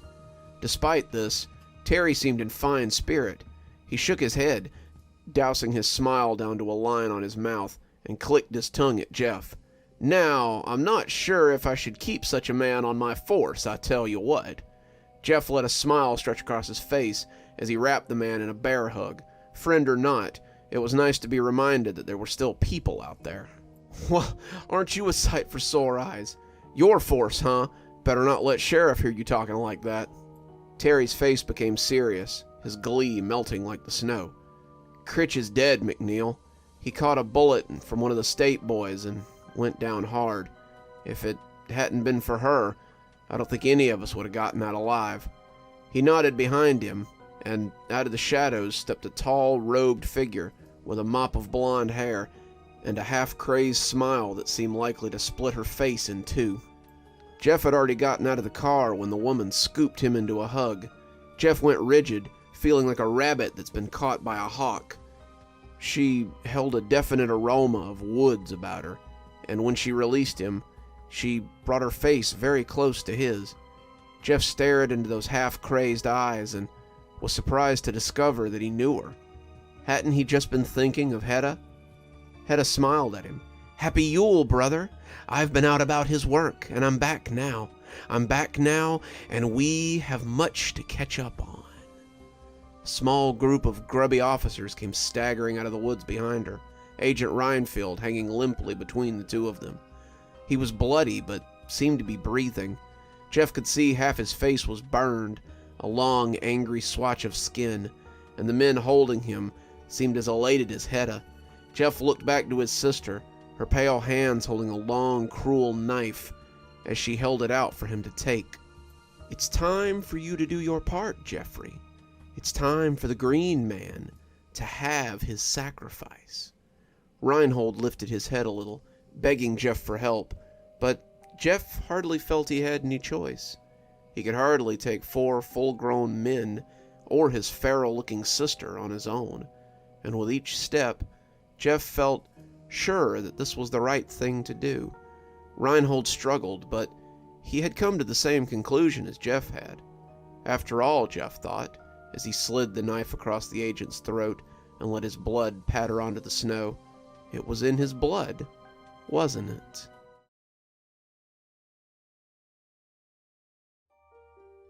Okay, so this is really weird, and I don't know what to do about it. I don't even know if anyone will ever read this, but it's all I can do to keep my mind intact. I've been wandering the streets for weeks, unable to re-enter my home. I've never been what you'd call a motivated person. I was a solid C student in high school, college dropout, and I work at Kinko's full-time to pay my shoddy one-bedroom apartment rent and my meager food bills. I was never hurting, not really. I just didn't really have much of a direction, I suppose. My parents bemoaned the way I live constantly. They tell me I had such potential when I was a kid. I had good grades, my writing was so talented, I had so many opportunities. I excelled at baseball and track. I've probably still got some spelling bee trophies I won throughout elementary school somewhere around here. The world was my oyster, and it seemed like middle school would be a continuation of my excellence. Then I discovered World of Warcraft. I know, it's a cop-out, but the game kind of took over my life. Suddenly, I didn't care about tests. I didn't care about extracurriculars, and if I still wrote, it was fanfic about the game that I loved. This affair started in 6th grade, and my parents are probably still kicking themselves for paying my subscription fees. Suddenly, my own priorities seemed to be doing my chores so I could get enough allowance to keep paying for my monthly subscriptions. I would spend hours online, which only worsened as I grew older. I was actually playing World of Warcraft when it happened. I had gotten off of work an hour ago, and I had hit the game as soon as I got home. My guild was raiding, and I was settling in for 8 hours of solid gaming. I was off the next day, so I could sleep tomorrow away if I wanted to. What did I have to get up for anyway? All my friends were online, so sleeping until I finally felt like getting up sounded pretty good to me. When the weird light started emanating from behind me, I thought it was my lava lamp at first. I started hearing someone talking, someone behind me as opposed to over my headset, and I glanced behind me to see a strange, wavering portal. It was like looking too far down the road on a hot day, and it seemed to shimmer over the dirty floor to my bedroom. There were 2 people standing in it. One of them was a tall man in a suit and a top hat, casting his hand to me as though showing something to the other. The other was a child, barely older than 12, looking confused in his pajamas. My eyes grew a little wider. That kid was me. See what your future holds if you stay on this path. Your dreams, your ambitions, all gone as you wallow in perpetual stagnation. The younger me looked around, seeming horrified, before begging the man to take him home. As you wish. And suddenly, they were gone. I sat there, listening to my guildmaster ask if I was still there. What the hell had that been? It had ended as quickly as it had begun, and left me thinking that something otherworldly had just happened. I had seen myself at the age just before I had given up, but I had no memories of what had happened. No one had ever visited me and taken me on a Dickensian look into my future. It had never happened, and yet I had seen myself seeing me, and the feeling of horror on that young face had been startling. I tried to get back into the game, but the thoughts of that little kid looking at me with real horror kept distracting me. A few minutes later, I told them I felt sick and took myself off to bed. I lay there thinking about what I had seen, wondering if it had all been a dream or a delusion or what the hell had happened. The look on the youngster's face had been deeply troubling, and I just couldn't shake it. What had that even been? Why didn't I remember it? I went to sleep thinking of these things, and they followed me into my dreams. I slept poorly that night. The strangeness started the next day. I had woken up at 1 o'clock in the afternoon and sat down with a bowl of cereal. I was ready to play for the day. I had sort of put the event of the night before out of my mind and decided that it was just something I had dreamed up. I had felt sick last night and dreamed about seeing a ghostly figure. My brain knew otherwise, but I had gotten pretty good at deluding myself after convincing myself that things were fine for so long. It started with something easily overlooked. I logged in and started trying to find a group for one of the lower level characters I was playing. I wanted to run a specific dungeon, but they seemed to ignore me when I asked to join their group. I thought it was kind of rude, but the longer it went on, the madder I got about it. I raged about it in chat, but it also went uncommented on there. I changed characters, thinking maybe it was a glitch, but I was still roundly ignored by everyone. After about an hour, I gave up and logged off. I tried playing other games I enjoyed, but no one seemed to see or comment on anything I said in-game. It was like I was invisible. I went down to the corner store to get something to eat, a pack of ramen and a sandwich, and I had to smack the counter a few times before the guy behind it would look at me. He was stocking cigarettes, but I know he saw me. I asked him why he didn't acknowledge me sooner, but he just told me to have a nice day and wandered off. After I ate, I went back to bed, and I lay there fuming. I wish, now, that I had only been limited to being overlooked in games. The next day, I had to work. I got up at 9, showered, ate breakfast, and put my uniform on. I thought about calling in. I was still kind of put out from yesterday, but I decided against it. Maybe a day of work would make me feel a little better. People would have to notice me if I was at work, right? I grabbed my keys and headed out to Kinko's. It started to become more noticeable when I got to work. At first, a coworker wouldn't say hi to me. Then it was time to clock in, but the time clock refused to let me clock in with my thumbprint. I went to Mary, my boss, but she just ignored me. I shouted and pushed things off her desk, and only that seemed to really draw her attention. She asked what the hell I was doing, and when I told her I couldn't clock in, she asked who I was. I looked at her, unbelieving. I've worked at this Kinko's for 7 years. Mary's the one who hired me. I told her my name after she started getting rude about it, and she typed it in and just shook her head. Sorry, looks like you don't work at this location. Are you supposed to start at the Francis Park store today or something? I cut her off, though. I told her that I had worked here for 7 years. I told her we'd interacted almost daily since I started. I had literally been to her house, swam in her pool, gone to high school with her son. She stared at me blankly and said she had no idea who I was. She suggested that I check with the Francis Park store, but told me I would have to leave. After a little more arguing, she threatened to call the cops if I didn't leave immediately. Thinking back on it, she wasn't even really angry when she threatened to call the police. She spoke to me in that way you might boredly tell someone that it's time they left. She never looked up from her work, simply wanting the momentary nuisance of me to go away. When I left, she never even acknowledged it. I went home in a rage, not understanding what was going on, but my mind kept returning to that kid and the man in the top hat. Maybe it was the time of the year, but the whole thing made me feel very Scrooge-like. Had not Ebenezer Scrooge been shown his future by a ghost? Perhaps I was the future yet to come. I shook my head, trying to get it out of my brain. The whole thing was just too weird, too Dickensian. The mood wasn't helped by the reception I received online. People ignored me again, the very thing I had already been mad about. And even worse, some of them asked where I was. They claimed they hadn't seen me in a few days and were starting to get worried. Others claimed they thought they had seen me online yesterday, but they couldn't be sure. I told them I was here, asked what sort of game they thought they were playing, but they didn't respond. I finally logged out and went to get some takeout. If I couldn't drown my sorrows in online games, I would drown them in cheap Chinese food. When I reached for the door, though, there was a moment of vertigo as my hand slipped through the knob. I pulled it away like a kid who's touched a hot stove, but when I reached again, my hand gripped it this time, and I turned it normally. I looked at it for a few seconds, knowing what I had seen, but not quite believing it. I closed the door behind myself, wondering vacantly if I'd be able to get back in again. As I walked down the road, the garish lights of Christmas twinkled about me. It suddenly hit me that it was December 21st, and I hadn't bought a single thing for my parents.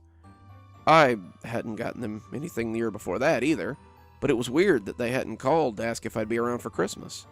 As I walked down the sidewalk, people avoided me easily, none of them so much as grunting at me, or excusing themselves, or telling me to get the hell out of the way. It was the holidays, but people usually told you to fuck yourself when you got in their way in my town. I was beginning to feel unwanted, if not a little unseen, as I slumped my shoulders and continued on. The trip was ultimately fruitless anyway. I stood in line at the restaurant, but the guy behind me stepped up to order instead as I approached the counter. The guy at the register took no notice of me, and instead began to take his order. I shouted at them, banging on the counter, but they just ignored me. What the hell was going on? I shouted at the others in line, but no one so much as looked at me. Finally, I just turned to leave, reaching out to catch the door as it swung shut. The bar passed right through my hands, and I slid through the glass front as I stumbled out onto the street. I ran then, my frantic running attracting no attention. I wish it had been that easy to pass back into my apartment, but I never found it. I ran to my apartment complex, but my apartment was gone. The space was empty, a blank wall that had never had a door on it, but had indeed had a door on it barely an hour ago. No matter how much I slammed my hands against the wall, it refused to return to reality. After an hour of just leaning there, hoping for something, I turned and left. I've been on the streets ever since.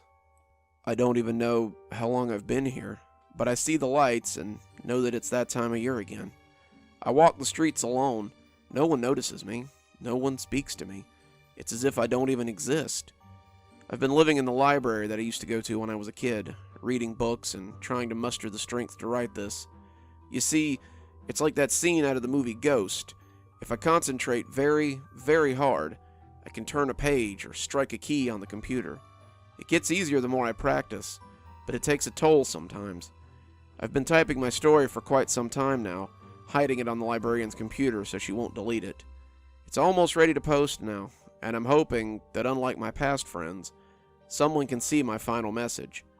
I've wondered long and hard, you see, about what happened to the characters in A Christmas Carol after Scrooge had his change of heart. Did they cease to exist? Or did they live in this strange limbo like me? I wonder what my past self saw that was really so terrible. Am I such a nightmare that he felt he had to change his future so drastically?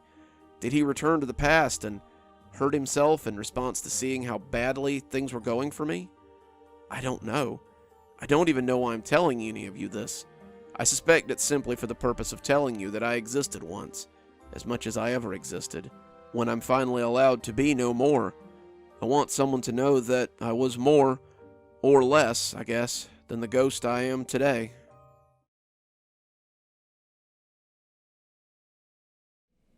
The door banged closed, and roused Father Maxey from his doze.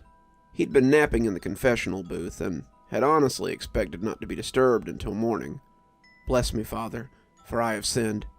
He glanced at his watch and saw it was midnight on Christmas Day. He tried to hide the sigh that escaped him and managed to hide it nicely behind a yawn. Whoever's idea this had been to hold a Christmas Eve confessional was beyond him, but So far, it had netted very few sinners past 10 o'clock. Father Maxey had so far spoken to 2 drunks, parishioner Matthew, who believed that folding his sister's underwear was a sin, and a pervert who wanted to breathe heavily until he left a sinful mess in the box. Maxey had hoped the pervert would be the last, but this man had come in and ruined his celebration. "Father, are you there?" "Yes, my son," he said in a strained voice. "Speak your sin and I'll listen. This night I did break into a house without consent." Father Maxey nodded. He was often privy to crimes, both the black and the less serious. He'd heard more than one good Catholic who'd admitted to coveting his neighbor's flat screen this week. He usually kept such sins to himself, but last year, when that crying man had admitted to defiling all those children, he'd been forced to go to Detective O'Shaughnessy, another good Catholic. Sins were one thing, but Father Maxey was not the sort of priest to let child molestation continue, as the diocese could attest.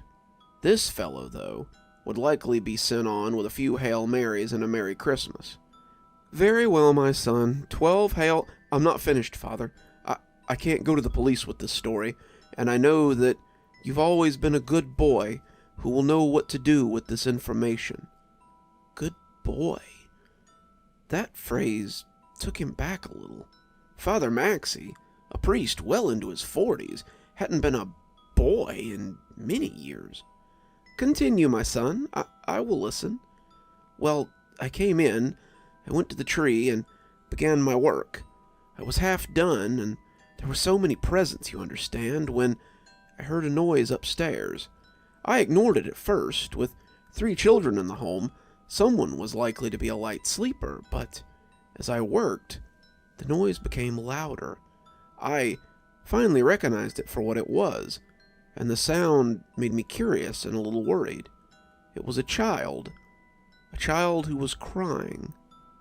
Father Maxey leaned closer to the rectangle grate at the confession booth. Despite the hour, the stranger's story had drawn him in. Through the shadowy hole of the confession booth, Father Maxey could see an old man with a white beard and a bald head. He had a cap in his hand, and a garish red coat that looked damp with snow. Though his eyes were downcast, Father Maxey could tell that he was crying. There was a smell in the booth again, something detectable only as an afterthought. Peppermint, maybe, with an underlying smell of horse stall or barn floor. I went upstairs to have a look. Sometimes I do happen upon scenes of a less than cheery nature, and I thought I might do some good for a needy child. When I reached the landing, I immediately knew that something was wrong. A dog was slumped at the top of the stairs. I thought he was sleeping at first, but when I touched him, his head flopped to the side to show me that his neck was broken. Rascal was never a very good watchdog. I'd given him treats more than once to quiet him while I was there, and his friendliness had finally gotten the better of him. Then I heard the noises again and turned my attention to the children's room. Maxey was silent on the other end of the grate, held fast by the stranger's story. He told his tale as though it was an episode of Law and Order, and as he spoke, Maxey almost felt as though he were there with him.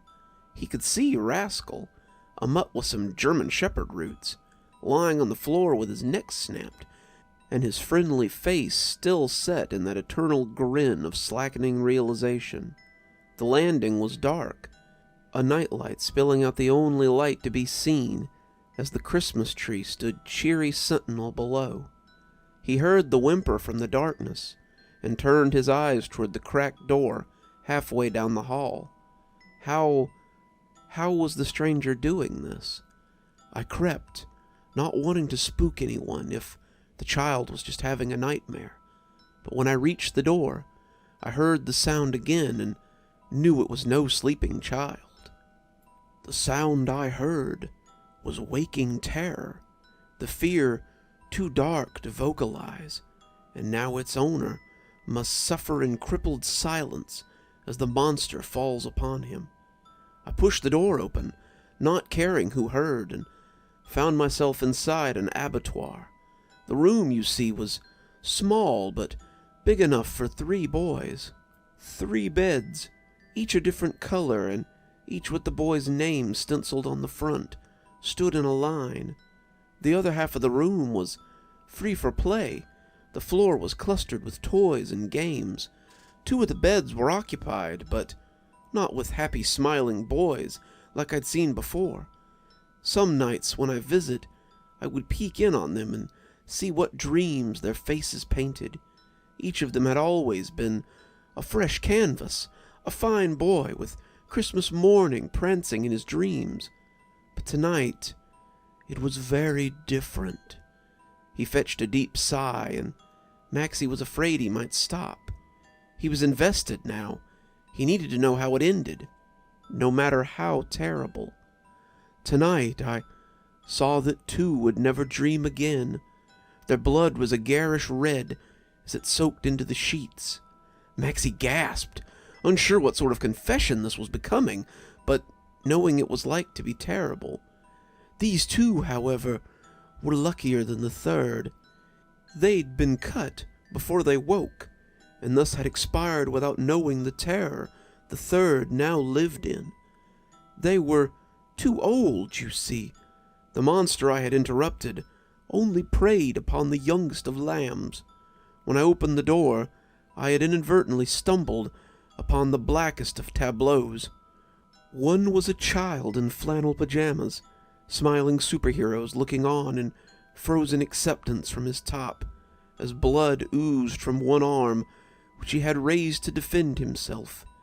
The other, the object of his fear, was a haggard man dressed as Kris Kringle. His coat and face were red with blood. His beard was matted with it as though he'd been chewing someone up just seconds before, and over his head was held a long knife poised for the kill. He paused a moment as though to draw strength, and Father Maxie pulled in a frantic breath, his rapture too deep for breath. Another pause. "Forgive me, Father, for I have sinned. On this night I didn't knowingly commit murder. I knowingly crushed that man's skull against the frightened child's headboard, and I cannot say that my act was only to save that child. I felt wronged, blasphemed against. That he would take my image to inspire such fear was, to me, monstrous. There, I've also committed idolatry, I suppose. I compared myself to God, of whom I am a so-called saint of. I suppose my crimes and my sin are threefold, then. But I would do it again, to remove such a monster from this world, before he could hurt another child." His words moved the priest, but also convinced him. Was this man crazy?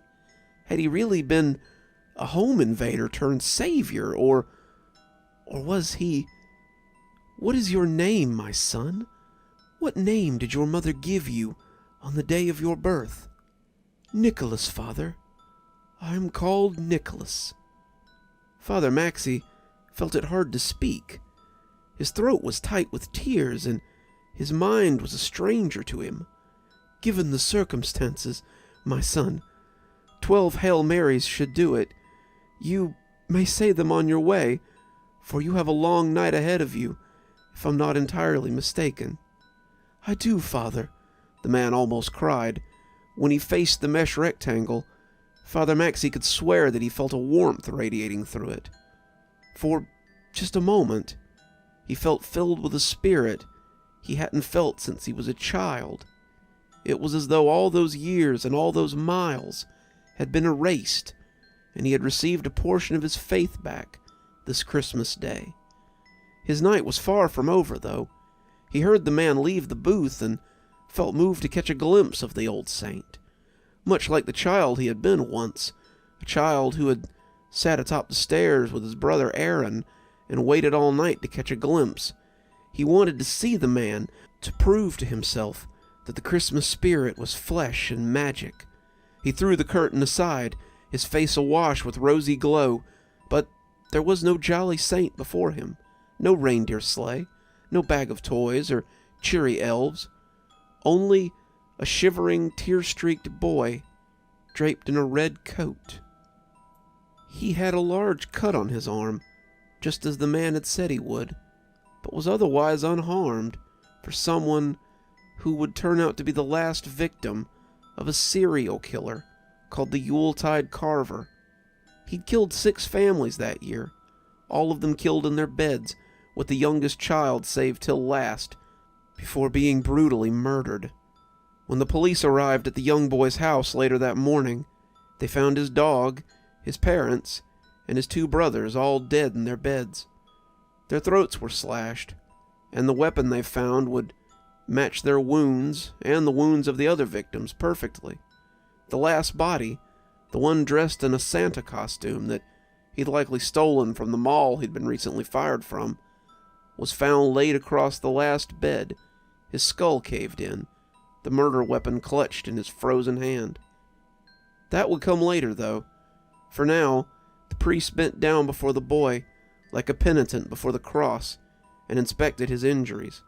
He wasn't hurt too badly. He had a long, jagged cut on his arm, but his eyes told the old priest that many of his injuries were below the surface. Maxie raised the child's face, a handsome and well-made face that would likely find little trouble finding a new home if none of his family could be found, and asked him about the man who'd saved him. It would be the statement in all the papers the next day. It would be the headline used by many to paint an end to the long night that had held the city for so long. It was Santa. The real Santa saved me.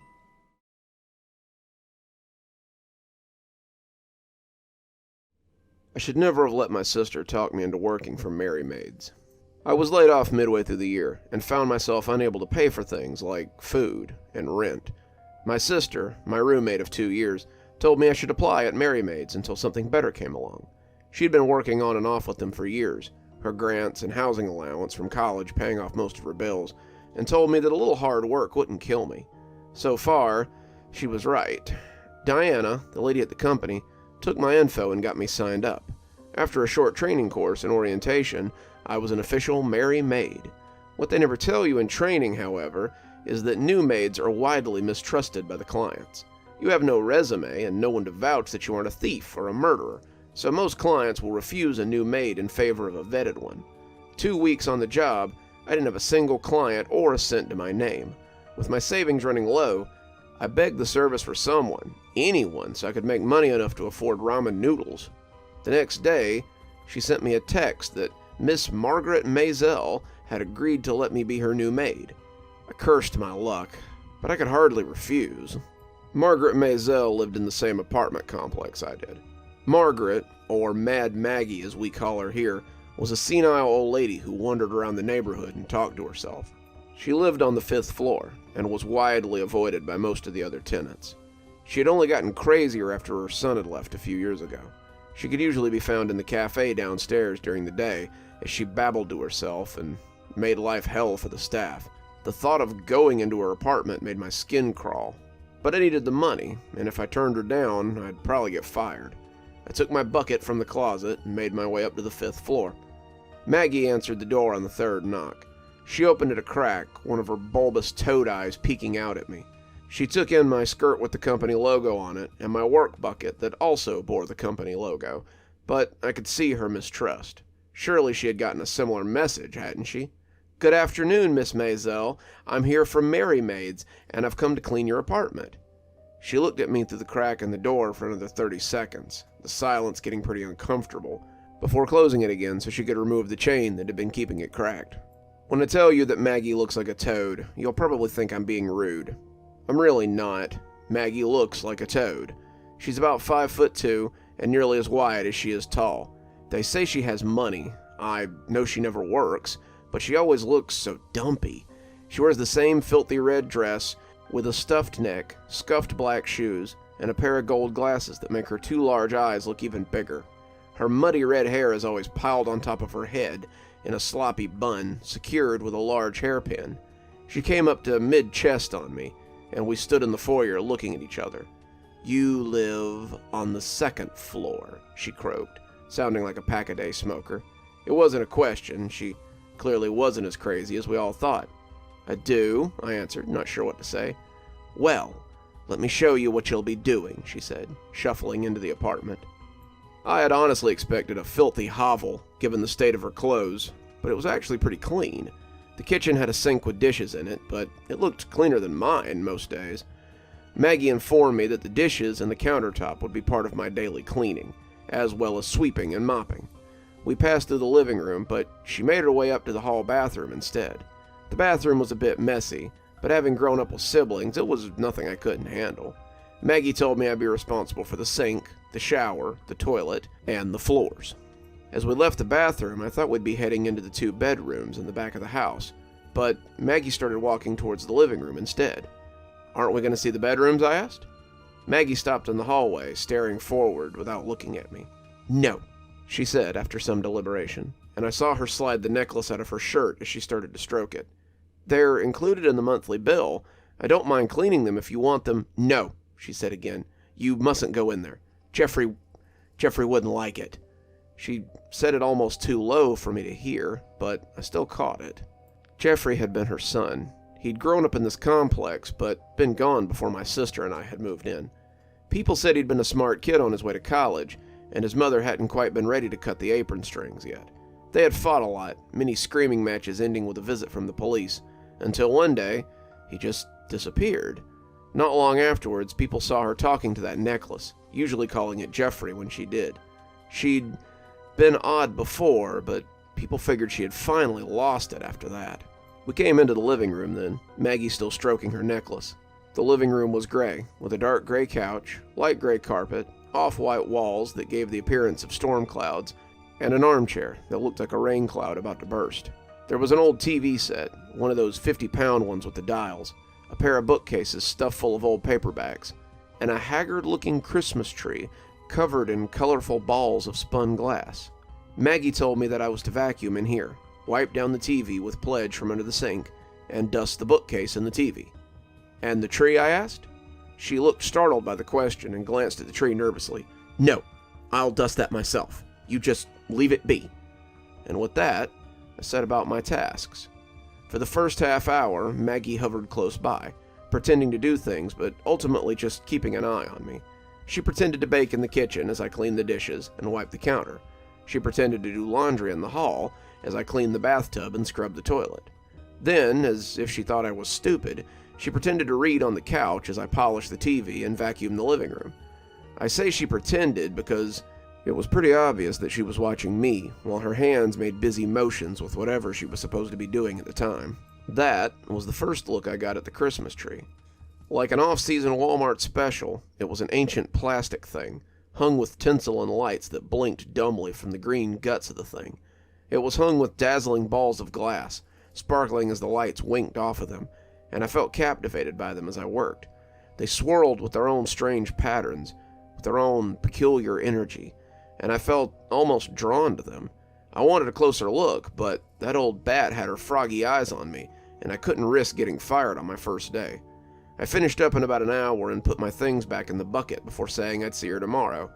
That was my first encounter with Mad Maggie and her strange house. My sister commiserated with me when she got home. Oh God, she's the worst. That old bag always followed me around when I cleaned her house, pretending to do stuff. She wouldn't even let me in the living room, kept her eyes on that damn Christmas tree the whole time. You know she keeps that up year-round. Won't let anyone near her to that weird glass menagerie of hers. "Yeah," I said leadingly. "Did you get a look at what was in those balls?" My sister shook her head. It looked like looping spirals, but the closest I ever got was when she had me haul that grungy TV up that she found on the street. I bet she still has it in her living room. I told her that she did, telling her how Mad Maggie had made me polish that tatty old thing, and we set about and made fun of the crazy old witch for the rest of the night. Even so, I found myself wondering about those balls. Why were they so important to her? When I'd offered to dust them, she had acted like I'd threatened to smash them. Why were those ornaments so valuable? I found myself thinking about them the next morning as I got ready to go back up there again. The next time I went to her apartment, she met me at the door and hovered as I cleaned again. She had left me a few dishes in the sink, some coffee stains on the countertop, and she cleaned leftovers out of the fridge as I worked before handing me a bag and telling me to take it out. I moved on to the bathroom, changing the garbage and wiping up the sink, and I found that she had stepped into the back room when I finished the bathroom. I made my way quickly to the living room and started vacuuming close to the tree. The tree blinked sadly, the balls sparkling invitingly as I vacuumed closer and closer. They were definitely blown glass, fragile and elegant as they hung in space. I could see intricate patterns inside each of them. I bent close, looking at one of the patterns, and could swear that I saw something moving. Each of the spheres had a different design in the middle, and the way the light played across them, the patterns almost seemed to shift and... Careful! Her yell cut across the vacuum noise, and I almost bumped the tree stand. She ran towards me, her eyes on the balls, and she shot me a murderous look. I wasn't sure why. I hadn't done anything but vacuum, as far as she knew. Sorry, ma'am. Didn't mean to get too close. I was just vacuuming, like you said. She didn't seem to buy it. She sat on the couch, TV on, as I finished my tasks. Her eyes never left me, though, and I got the distinct impression that I might not be invited back again. When I left, I heard her many locks snap shut behind me, and she started talking to that weird necklace again as she returned to the couch. I didn't know if I would be invited back, but I knew I needed to have another look at those glass balls. I slept poorly that night, my dreams full of those strange little ornaments. In my dreams, each of them contained a solar system. As I stared at them, I felt myself sinking into them like a towering god, but even as I fell towards them, there was a shadow that loomed over me. I turned to look back just before I woke up and saw Maggie's crazed face staring at me like the eye through a microscope.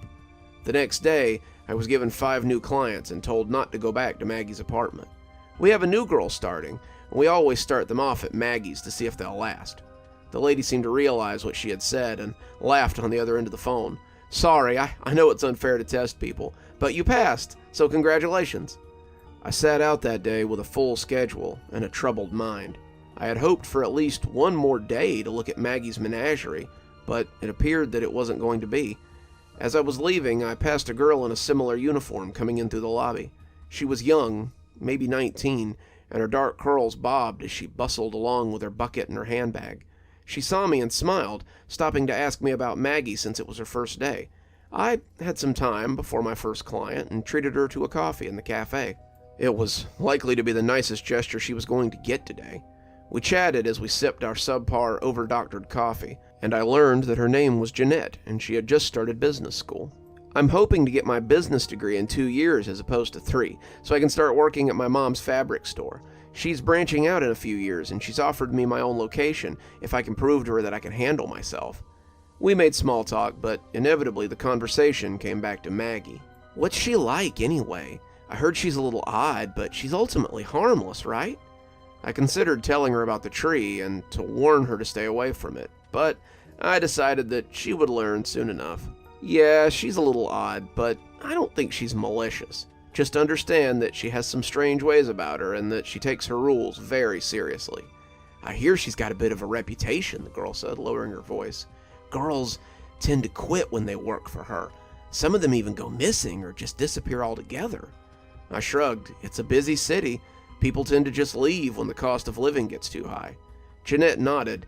This was known, but she made a sound as she sipped her tea that told me that wasn't all. A girl in my class said she'd had a roommate who worked for Mary Maid and got placed with Maggie.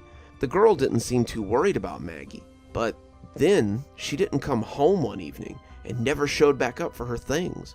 Her parents came to get them eventually and told her that there was a police report and that everyone was searching for her since they hadn't heard from her in days. I started to ask her if the roommate had mentioned the Christmas tree or the menagerie of small ornaments, but decided against it.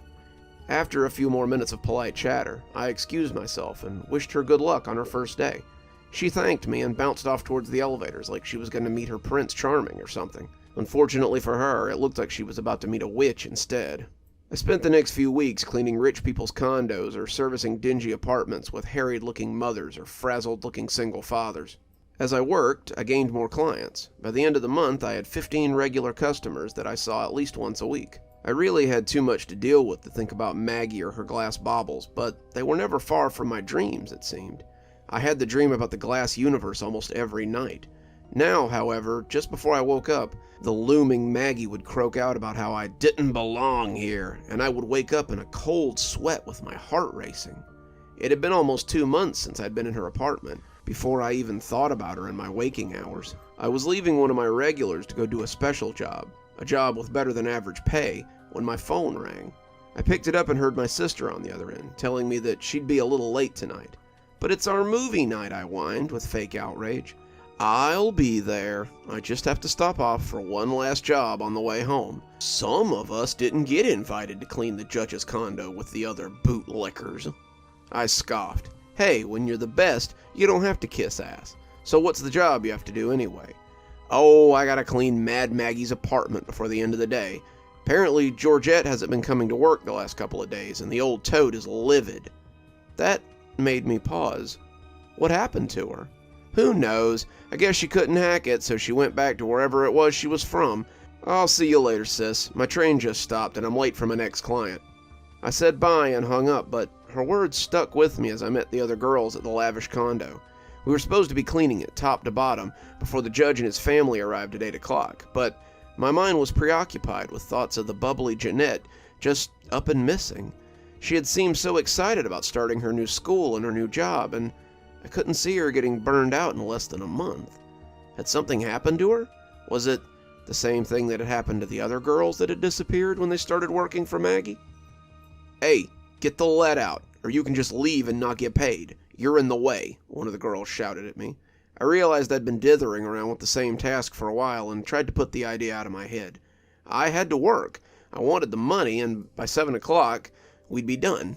So I worked double time after being called out, and even the girl who had shouted at me had to agree that my reputation was well earned. We divided up the cash between the 5 of us, and they invited me to come out for drinks with them.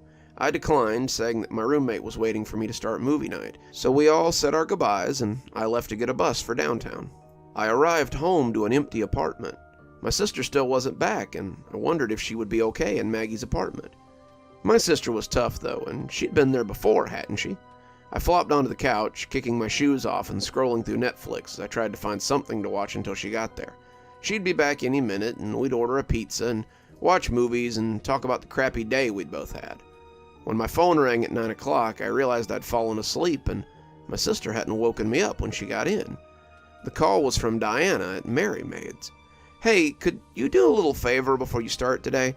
I guess no one went over to clean Maisel's apartment last night. I know it's in your building, so could you stop by and clean it, please?" I struggled up off the couch, walking into my sister's room as I processed all this. I thought my sister was stopping by last night," I said, pushing her door open and finding her room empty and her bed unslept in. "I thought so too, but the old lady is saying no one's cleaned her apartment, and she's mad as hell about it. Can I count on you to clean it?" I stood in the doorway to my sister's room, not really feeling like I had much of a choice. "Yeah, I'll go."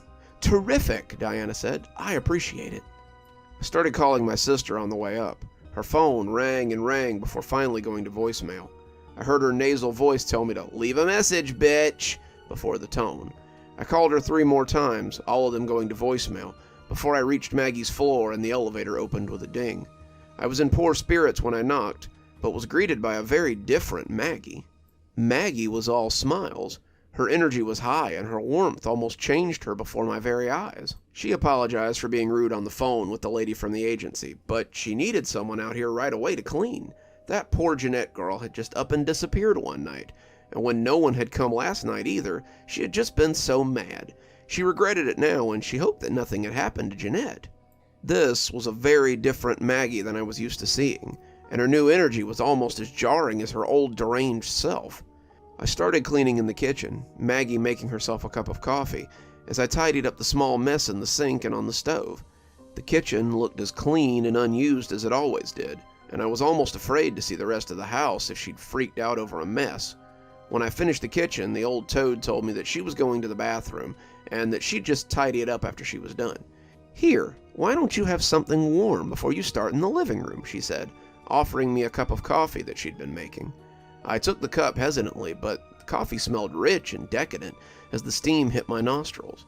She sipped at her own cup, looking at me expectantly, and it felt rude to at least not taste it as she went on smiling at me in that toadish way of hers. She excused herself as I took another long drink and went to the bathroom to freshen up. I set the cup down after she'd left, the coffee tasting wonderful, but not liking the way she watched me while I drank it. I wanted to clean the living room quickly so I could get out there and start looking for my sister. The living room was as spotless as always, but I fired up the vacuum and tried not to let my eyes linger on the Christmas tree that had haunted my dreams. As I slid the plastic head back and forth over the carpet, though, I found my eyes tracking back to the ornaments again and again. I kept catching movement out of the corner of my eye as I vacuumed, and I thought for sure that it was coming from one of those little balls. I told myself it was just the lights blinking behind them, but the longer it went on, the more certain I was it was something from inside the baubles. I started vacuuming closer to the tree, and as I did, I found that one of the little glass ornaments was indeed moving. It was shaking, ever so slightly, rocking from the vibrations of the vacuum, I had no doubt. As I got closer, I could tell it wasn't the vacuum making it move, though. The little pattern inside was undulating weirdly, and I finally took a knee next to the ball as I tried to get a better look. I could still hear the old toad puttering around in the bathroom, and if she caught me snooping at her precious menagerie, I guess she'd just kick me out and I'd never be able to come back again. I know now that there were worse things than being kicked out of her apartment. Hanging there was a new glass ball, a deep red one that was jouncing like someone was moving it. I stared hard at the little pattern, and when my eyes finally focused on it, I sat back hard on my rump and sucked in my breath. Inside the ball was a person, a girl only a few years older than me, with dark hair, a plaid skirt, and a shirt with the same name and number on it that mine had. I recognized her. Why wouldn't I? Hadn't I seen her every day for my entire life? Hadn't I waited for her to come home last night? "You shouldn't have gotten so nosy, dearie," said a froggy voice from right behind me. I turned to see Maggie, standing a couch's distance away, her eyes smiling cruelly as her mouth stretched sweetly. I tried to stand, but my legs were feeling a little wobbly. My head shimmered as I tried to get up, and I wondered what the hell was wrong with me. I hadn't been crouched long enough for my legs to have fallen asleep, and I certainly hadn't stood up, so my head shouldn't be spinning. The hunched creature was rolling like a wave in front of me, and I tried to sweep my arms at her as she got close. She walked in slow, not needing to hurry. She had me right where she wanted me. "Not feeling well, dearie? That's okay. Let old Maggie make you feel all better." She reached for me, and I knew I had to do something if I didn't want to end up like my sister. I summoned up the last of my strength and bolted for the door, knocking her over in surprise as I did. My legs were rubbery, and I almost tripped into her coffee table, but I managed to make it to the door before she could get up and come after me. The door had 5 locks and a chain, and it seemed that my fumbling hands were taking way too long to open them. When the chain caught, I roared in frustration and closed the door again, shooting it blindly across the runner as I ran for the elevator, the door hanging open behind me. The little number had lit to 5 when I heard the old crone caw behind me. She was in the doorway, clutching her chest and staggering after me, her face as red as a strawberry. I jammed the button in desperation, the old woman taking a staggering step into the hallway as she cawed wordlessly after me. I heard her fall, heard her head smack the ground 20 feet away, but as the doors opened, I bolted inside and pushed the emergency closed button. My last image of her was her prone form lying on the ground as the doors closed ominously. I called the police from the lobby, the manager having to dial the phone since I was way too unsteady once I got there. I slurred out something about being drugged and nearly attacked by the woman in 502, and the police told me to stay in the manager's office until they arrived. I handed him back the phone and heard him talking to the police in a distant, vague way. Whatever she had slipped me was making me loopy, and when I passed out a few minutes later, I wasn't aware of much until a paramedic shone a light in my eyes. The police were there as well, and they had some questions. They had found Maggie in the hallway outside her apartment, dead of a heart attack. The whole apartment had been roped off as a crime scene then, and they suspected that I had caused her heart attack in some way. I denied this fervently, saying that she had drugged me and tried to attack me, and when the toxicology came back, the police seemed a little more likely to listen. The collection of Mary Maid tubs they found stashed in the bedroom went a long way to proving foul play, and I heard they found something in the closet that prompted them to call the FBI. Apparently one of the bedrooms had contained the personal effects of some of the girls, and had prompted a background check into the relatively unknown old woman. They had found some interesting things about her, things that had somehow not followed her from Russia, where her name was Mazzeline.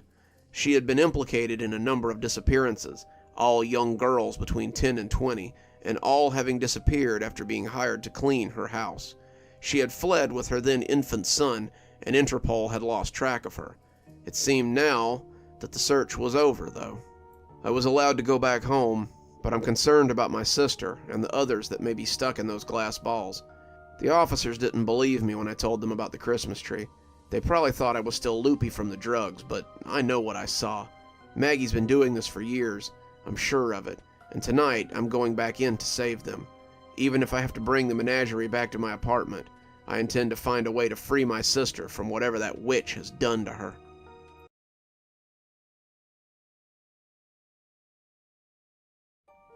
Mary was 6 when she first noticed the noises in the house. It all began like most childish things do, with fear. Laying in bed, she heard them in the walls and thought they were monsters. She would shrink underneath the covers and shudder at the scratching sounds that came from the wall and the ceiling of the old country house they lived in. Many nights, she would feel like she must surely shudder to death under her comforter. Mary would finally fall asleep with the sounds of scratching in her ears, and even then, she wasn't safe. She would have the worst dreams imaginable, dreams of monsters in the walls, with long claws and scabrous hands that drug their nails behind the walls. They were only looking for weak spots so they could come through and get her. Every morning when she woke up, Mary would say a little prayer and thank God for keeping her safe for another night. She would suffer like this for a whole month before finally meeting her monsters face to face and sleeping better the next night for it.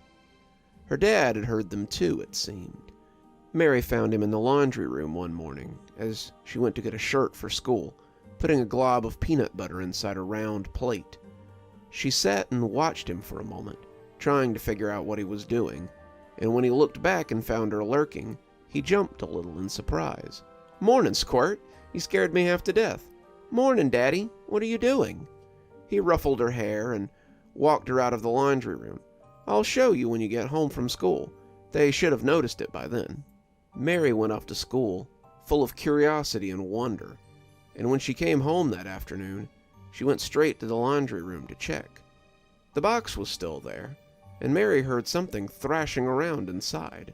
She was scared as she approached it, certain that the monsters from her nightmares would be inside and waiting for her to get close.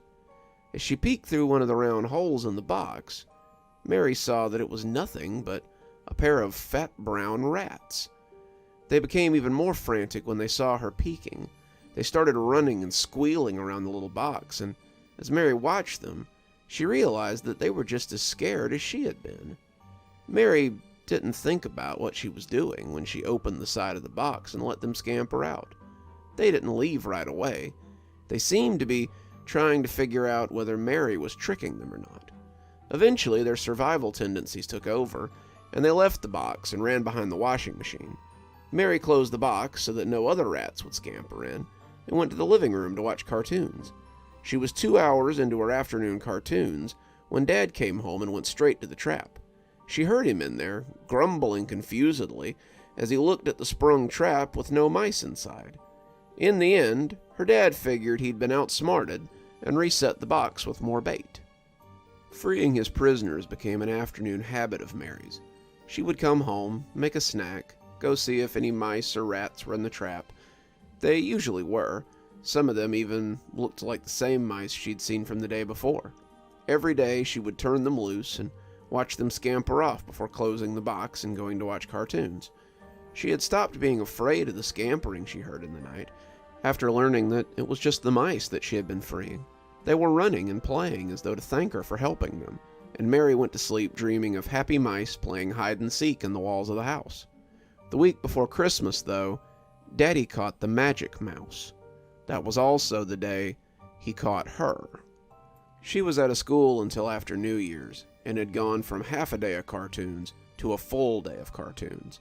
Both her brothers were out of the house, and Dad was out back chopping wood, when Mary heard a loud clang from the laundry room and an ear-splitting squeal that cut through the sound of Huckleberry Hound like a knife through flesh. She jumped up from the couch and ran to the laundry room, wanting to see the big rat that Daddy had trapped. In that, she was not disappointed. The rat was huge, big as a kitten, and covered in long white fur that made its red eyes look fierce as they bulged from its head. Mary was hesitant to let this one go, given its size and fierce demeanor. It looked like it might be mean, but as she watched him through the holes in the trap, he did the last thing that Mary would have ever expected him to do. He talked. "Excuse me, child. Do you think you could let me out?" Mary started. Rats weren't supposed to talk. Not to people, at least. She couldn't do anything but stare at him as he stood on his back paws and used his front ones to rub at his nose and whiskers. When he didn't immediately speak again, Mary assumed that she had imagined it, letting her imagination run wild again. She started to stand up, ready to go back to her cartoons, when the rat spoke again. "Please, child, I'll do anything if you'll let me go." He had talked. Mary went down and peered at him again. He was still sitting there, front paws cleaning his face in a furtive little scamper. But his eyes were locked on Mary's. She knew that she hadn't imagined it this time. Her hands inched towards the lock, but stopped as they came in contact with the mechanism that would open the side. Mary looked at the rat distrustfully, and it stared back at her as she asked her burning question. You won't bite me, will you?" It laughed, and its laughter was high and strange. No, my dear, I wouldn't dream of it. If you release me, I'll owe you a favor." That was all the reassurance Mary needed. She opened the side of the trap, and the rat scuttled off on its clicky little paws. He stopped to look at her as he twitched his nose, seeming to smile as the two stared at each other. He was a very old rat, and his fur was long and white, like an old man's beard. He was missing a finger on his left paw, and his tail looked as though someone had chewed the end of it off. He rubbed his paws over his snout again in that strange way of his, and Mary thought he would surely speak again. In her wonder, she hadn't heard her father coming inside. "So you're the one who's been screwing up my trap," he said, and when she turned to look at him, Mary could tell that she had made a mistake. He loomed in the doorway, snow sliding off his thick jacket to puddle on the floor, and as the mouse ran for the hills, her father clamped a hand around Mary's arm and dragged her into the living room. When he was done, Mary didn't think she'd be able to sit down for a week, and when he told her mother, she found herself grounded from TV for the rest of winter break. Mary sulked as she sat in bed that night, her backside hurting almost as much as her ego. Her brothers had been no help when they'd come home. They'd only said that she shouldn't have been so stupid as to let Dad's rats out of the cage. "They're not supposed to be inside, you dummy. Dad's trying to get rid of them." This information hadn't helped, since Mary didn't want Dad to get rid of them. As they scampered through her ceiling that night, she thought about that sound disappearing forever, and felt a fresh wave of tears. "Why are you crying, child?" Mary stifled a scream as she turned to see the old rat standing on her nightstand. His white fur stood out like a searchlight in the dark room, and Mary couldn't believe she hadn't seen him before. He was up on his hind legs, staring at her over his front paws, and he looked like a servant waiting for instructions. Dad's trying to get rid of you and your friends, and I don't want you to leave." "Nor do we, child. It's cold outside. Without shelter, my kind will die. I wish they'd leave you guys alone. I wish they'd just go away and not bother you guys anymore." They were childish words that Mary would come to regret. "My children and I owe you a great debt, young lady. Let me think of this and see if I might not be able to answer your wish." You could make my family disappear?" she asked, not daring to believe it. It would be just like the movies she'd seen with Mom and Dad a couple of nights ago, where the boy's family disappeared and he fought the burglars. This time, though, it would be for real, and not because they accidentally left without her. Mary could do whatever she wanted once they were gone, and no one would be around to stop her. It would be a Christmas dream come true, and Mary stared at the old rat with anticipation. The old rat seemed to contemplate before saying, "We shall see. Give me a few days to think it over, and I'll speak to you again." Mary fell asleep to the sound of his heavy paws leaving up the hallway. The next few days were full of excitement. Dad didn't catch anything in the trap.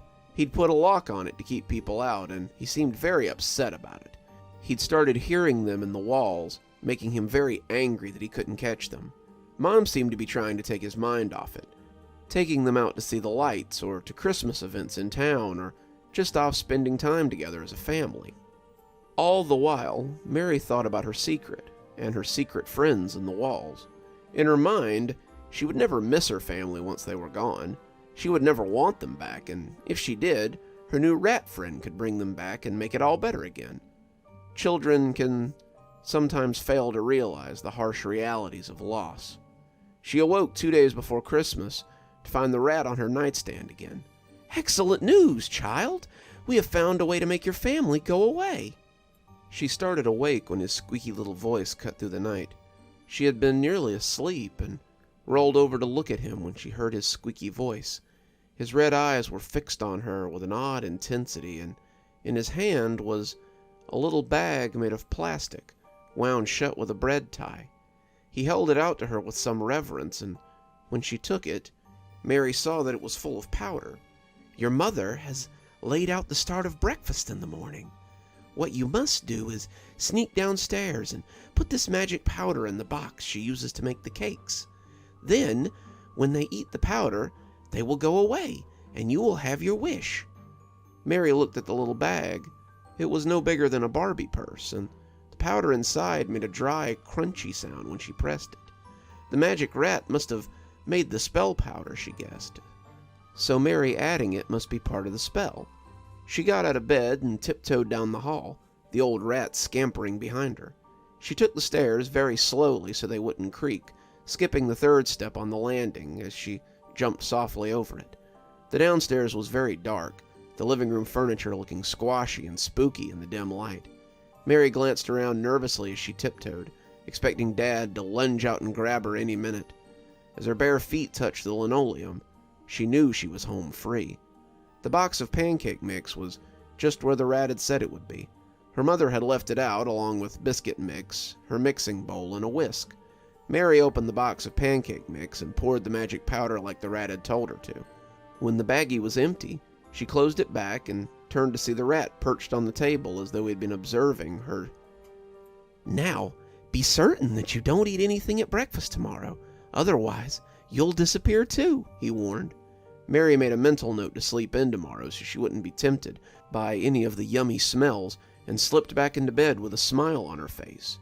Mary knew that tomorrow her Christmas wish would come true.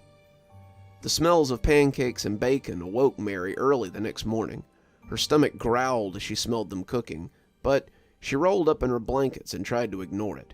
She could hear her brothers getting up, running downstairs, jockeying to be the first to taste the bacon. She heard the smack and the ow as her mother smacked someone on the hand with a spatula and told them to go set the table. Mary smelled eggs, too, as her mother cracked them into the pan, and now her dad was lumbering out of bed and moving towards the stairs. Her mother told him to help set the table, and he called her name up the stairs before going to help her brother. A few minutes later, her dad knocked on the door and told Mary breakfast was ready. When she didn't stir, he did it again, and when she still didn't move, he just walked downstairs to join the rest of the table. "Oh well," she heard him grumble, "more for me." Mary hunkered under the covers. The moment she was waiting for had approached. They said grace, a low murmur as they all bowed their heads, and then the sounds of clinking forks and rattling plates began. Mary heard her brother talking about sledding today, Dad talking about finally finishing that surprise for someone in the barn, and Mom talking about some last-minute wrapping she needed to do. Her mother was just saying that she'd have to kick us all out of the house so she could finish, when she suddenly coughed in a wet, frightening way. Her dad asked if she was okay, but when she tried to say she was fine, one of her brothers started moaning, and Mary heard someone being sick all over the table. She was silent in her blanket cocoon, all the excitement lost. Was this what happened when people disappeared? Was this what disappearing people sounded like? She heard someone else being sick, and a chair crashing over as they fell. She thought it might be her dad, and when someone started screaming, she shuddered deeper into her blanket cocoon. There was the sound of breaking plates, someone falling to the floor and sobbing as someone was sick again and again. Her mother suggested that someone call an ambulance, but it was hard to make out as she vomited loudly. Mary heard Dad bellowing and thumping around, trying to get up from the table, before he fell hard to the floor and shook the whole house. Mary pulled her knees to her chest and waited for the sounds to be over, but they went on for much too long. The sounds of vomiting, crying, falling, breaking things, and the watery screams of her family took a long time to be replaced by silence, and in many ways, the silence was worse. The sounds didn't stop suddenly either. They tapered off, little by little, and when the last of the crying and dragging had stopped, Mary almost couldn't bring herself to move. Magic wasn't supposed to sound like that. In all the stories, magic just poofed people away. It didn't do whatever that was. She wanted to stay in her room forever, just crying and shaking. But as noon crept closer, her stomach began to growl, and Mary had to get up and use the toilet before her bladder burst. As she stood in the doorway to the bathroom, Mary felt her eyes straying to the head of the stairs. It was so quiet down there, much quieter than it had been earlier, and Mary wanted to know what was down there. She edged towards the stairs, feet feeling heavy, before peeking down the stairs. A sneaker-clad foot was just visible near the bottom. Mary wanted to go back to her room and crawl back under the covers, but she knew that she had to see what had happened. Mary knew that they hadn't disappeared like in a fairy story, and now she had to face whatever it was that had happened to them. The sneaker-clad foot belonged to one of her brothers, and after seeing him, she wished that she'd just gone back upstairs. Her brother was lying face down in a pool of blood in his own sick. He was reaching for something under the table, and as she looked, Mary realized that he was reaching for her mother's hand. Her hand stood out on the floor like a pale starfish, but unlike her brother, her back was against the floor, her face a terrible mask. Her mouth hung open, blood trickling from the corners, and her eyes were rimmed red with tears that stared into oblivion. When she'd fallen, she had taken most of the dishes on her side of the table with her, and her arms were covered in oozy cuts as she clutched the tablecloth in one stiff hand. Her other brother lay across the table, his blood staining the food with a dull, rusty red. Her dad had died on the way to the kitchen, his handprint against the linoleum grisly. They were gone. They had gone away. Just as Mary had wanted. As she curled herself into a ball and sobbed against her knees, the perpetrator of these goings-on appeared beside her. "Now, why are you crying?" he asked, almost haughtily. "This is what you wanted, isn't it?" Mary looked at him, and he must have seen something on her face, because he scampered back a few steps, just out of arm's reach. "I just wanted them to go away. I didn't want you to kill them." "Kill them? Kill them like they killed my children for generations. You don't think this is the first appearance of the trap, do you? Your grandfather taught your father well, and he caught many of us in that trap. Then he would toss us, trap and all, into the river to drown. I've seen countless of my kind go into the river and never come back out again. They went away, and now so have your parents." He got close again, seeing she was in no mood to snatch him, and delivered the final blow. "And I didn't kill them, my girl. You did." He had misjudged her, though. Mary was indeed in a snatching mood. The rat's eyes bugged out of his skull as she squeezed him, red spittle running from the corners of his mouth as she squeezed him to death. He bit down on her hand, screaming as he died, but Mary didn't stop until she heard his bones break. She held his limp form as she shook it, and as she lay with her family on the bloody floor, her eyes ran thick with tears. That's where they found her when the police broke down the door, lying amidst the bodies of her family, her Christmas gift giver still clutched in her hand.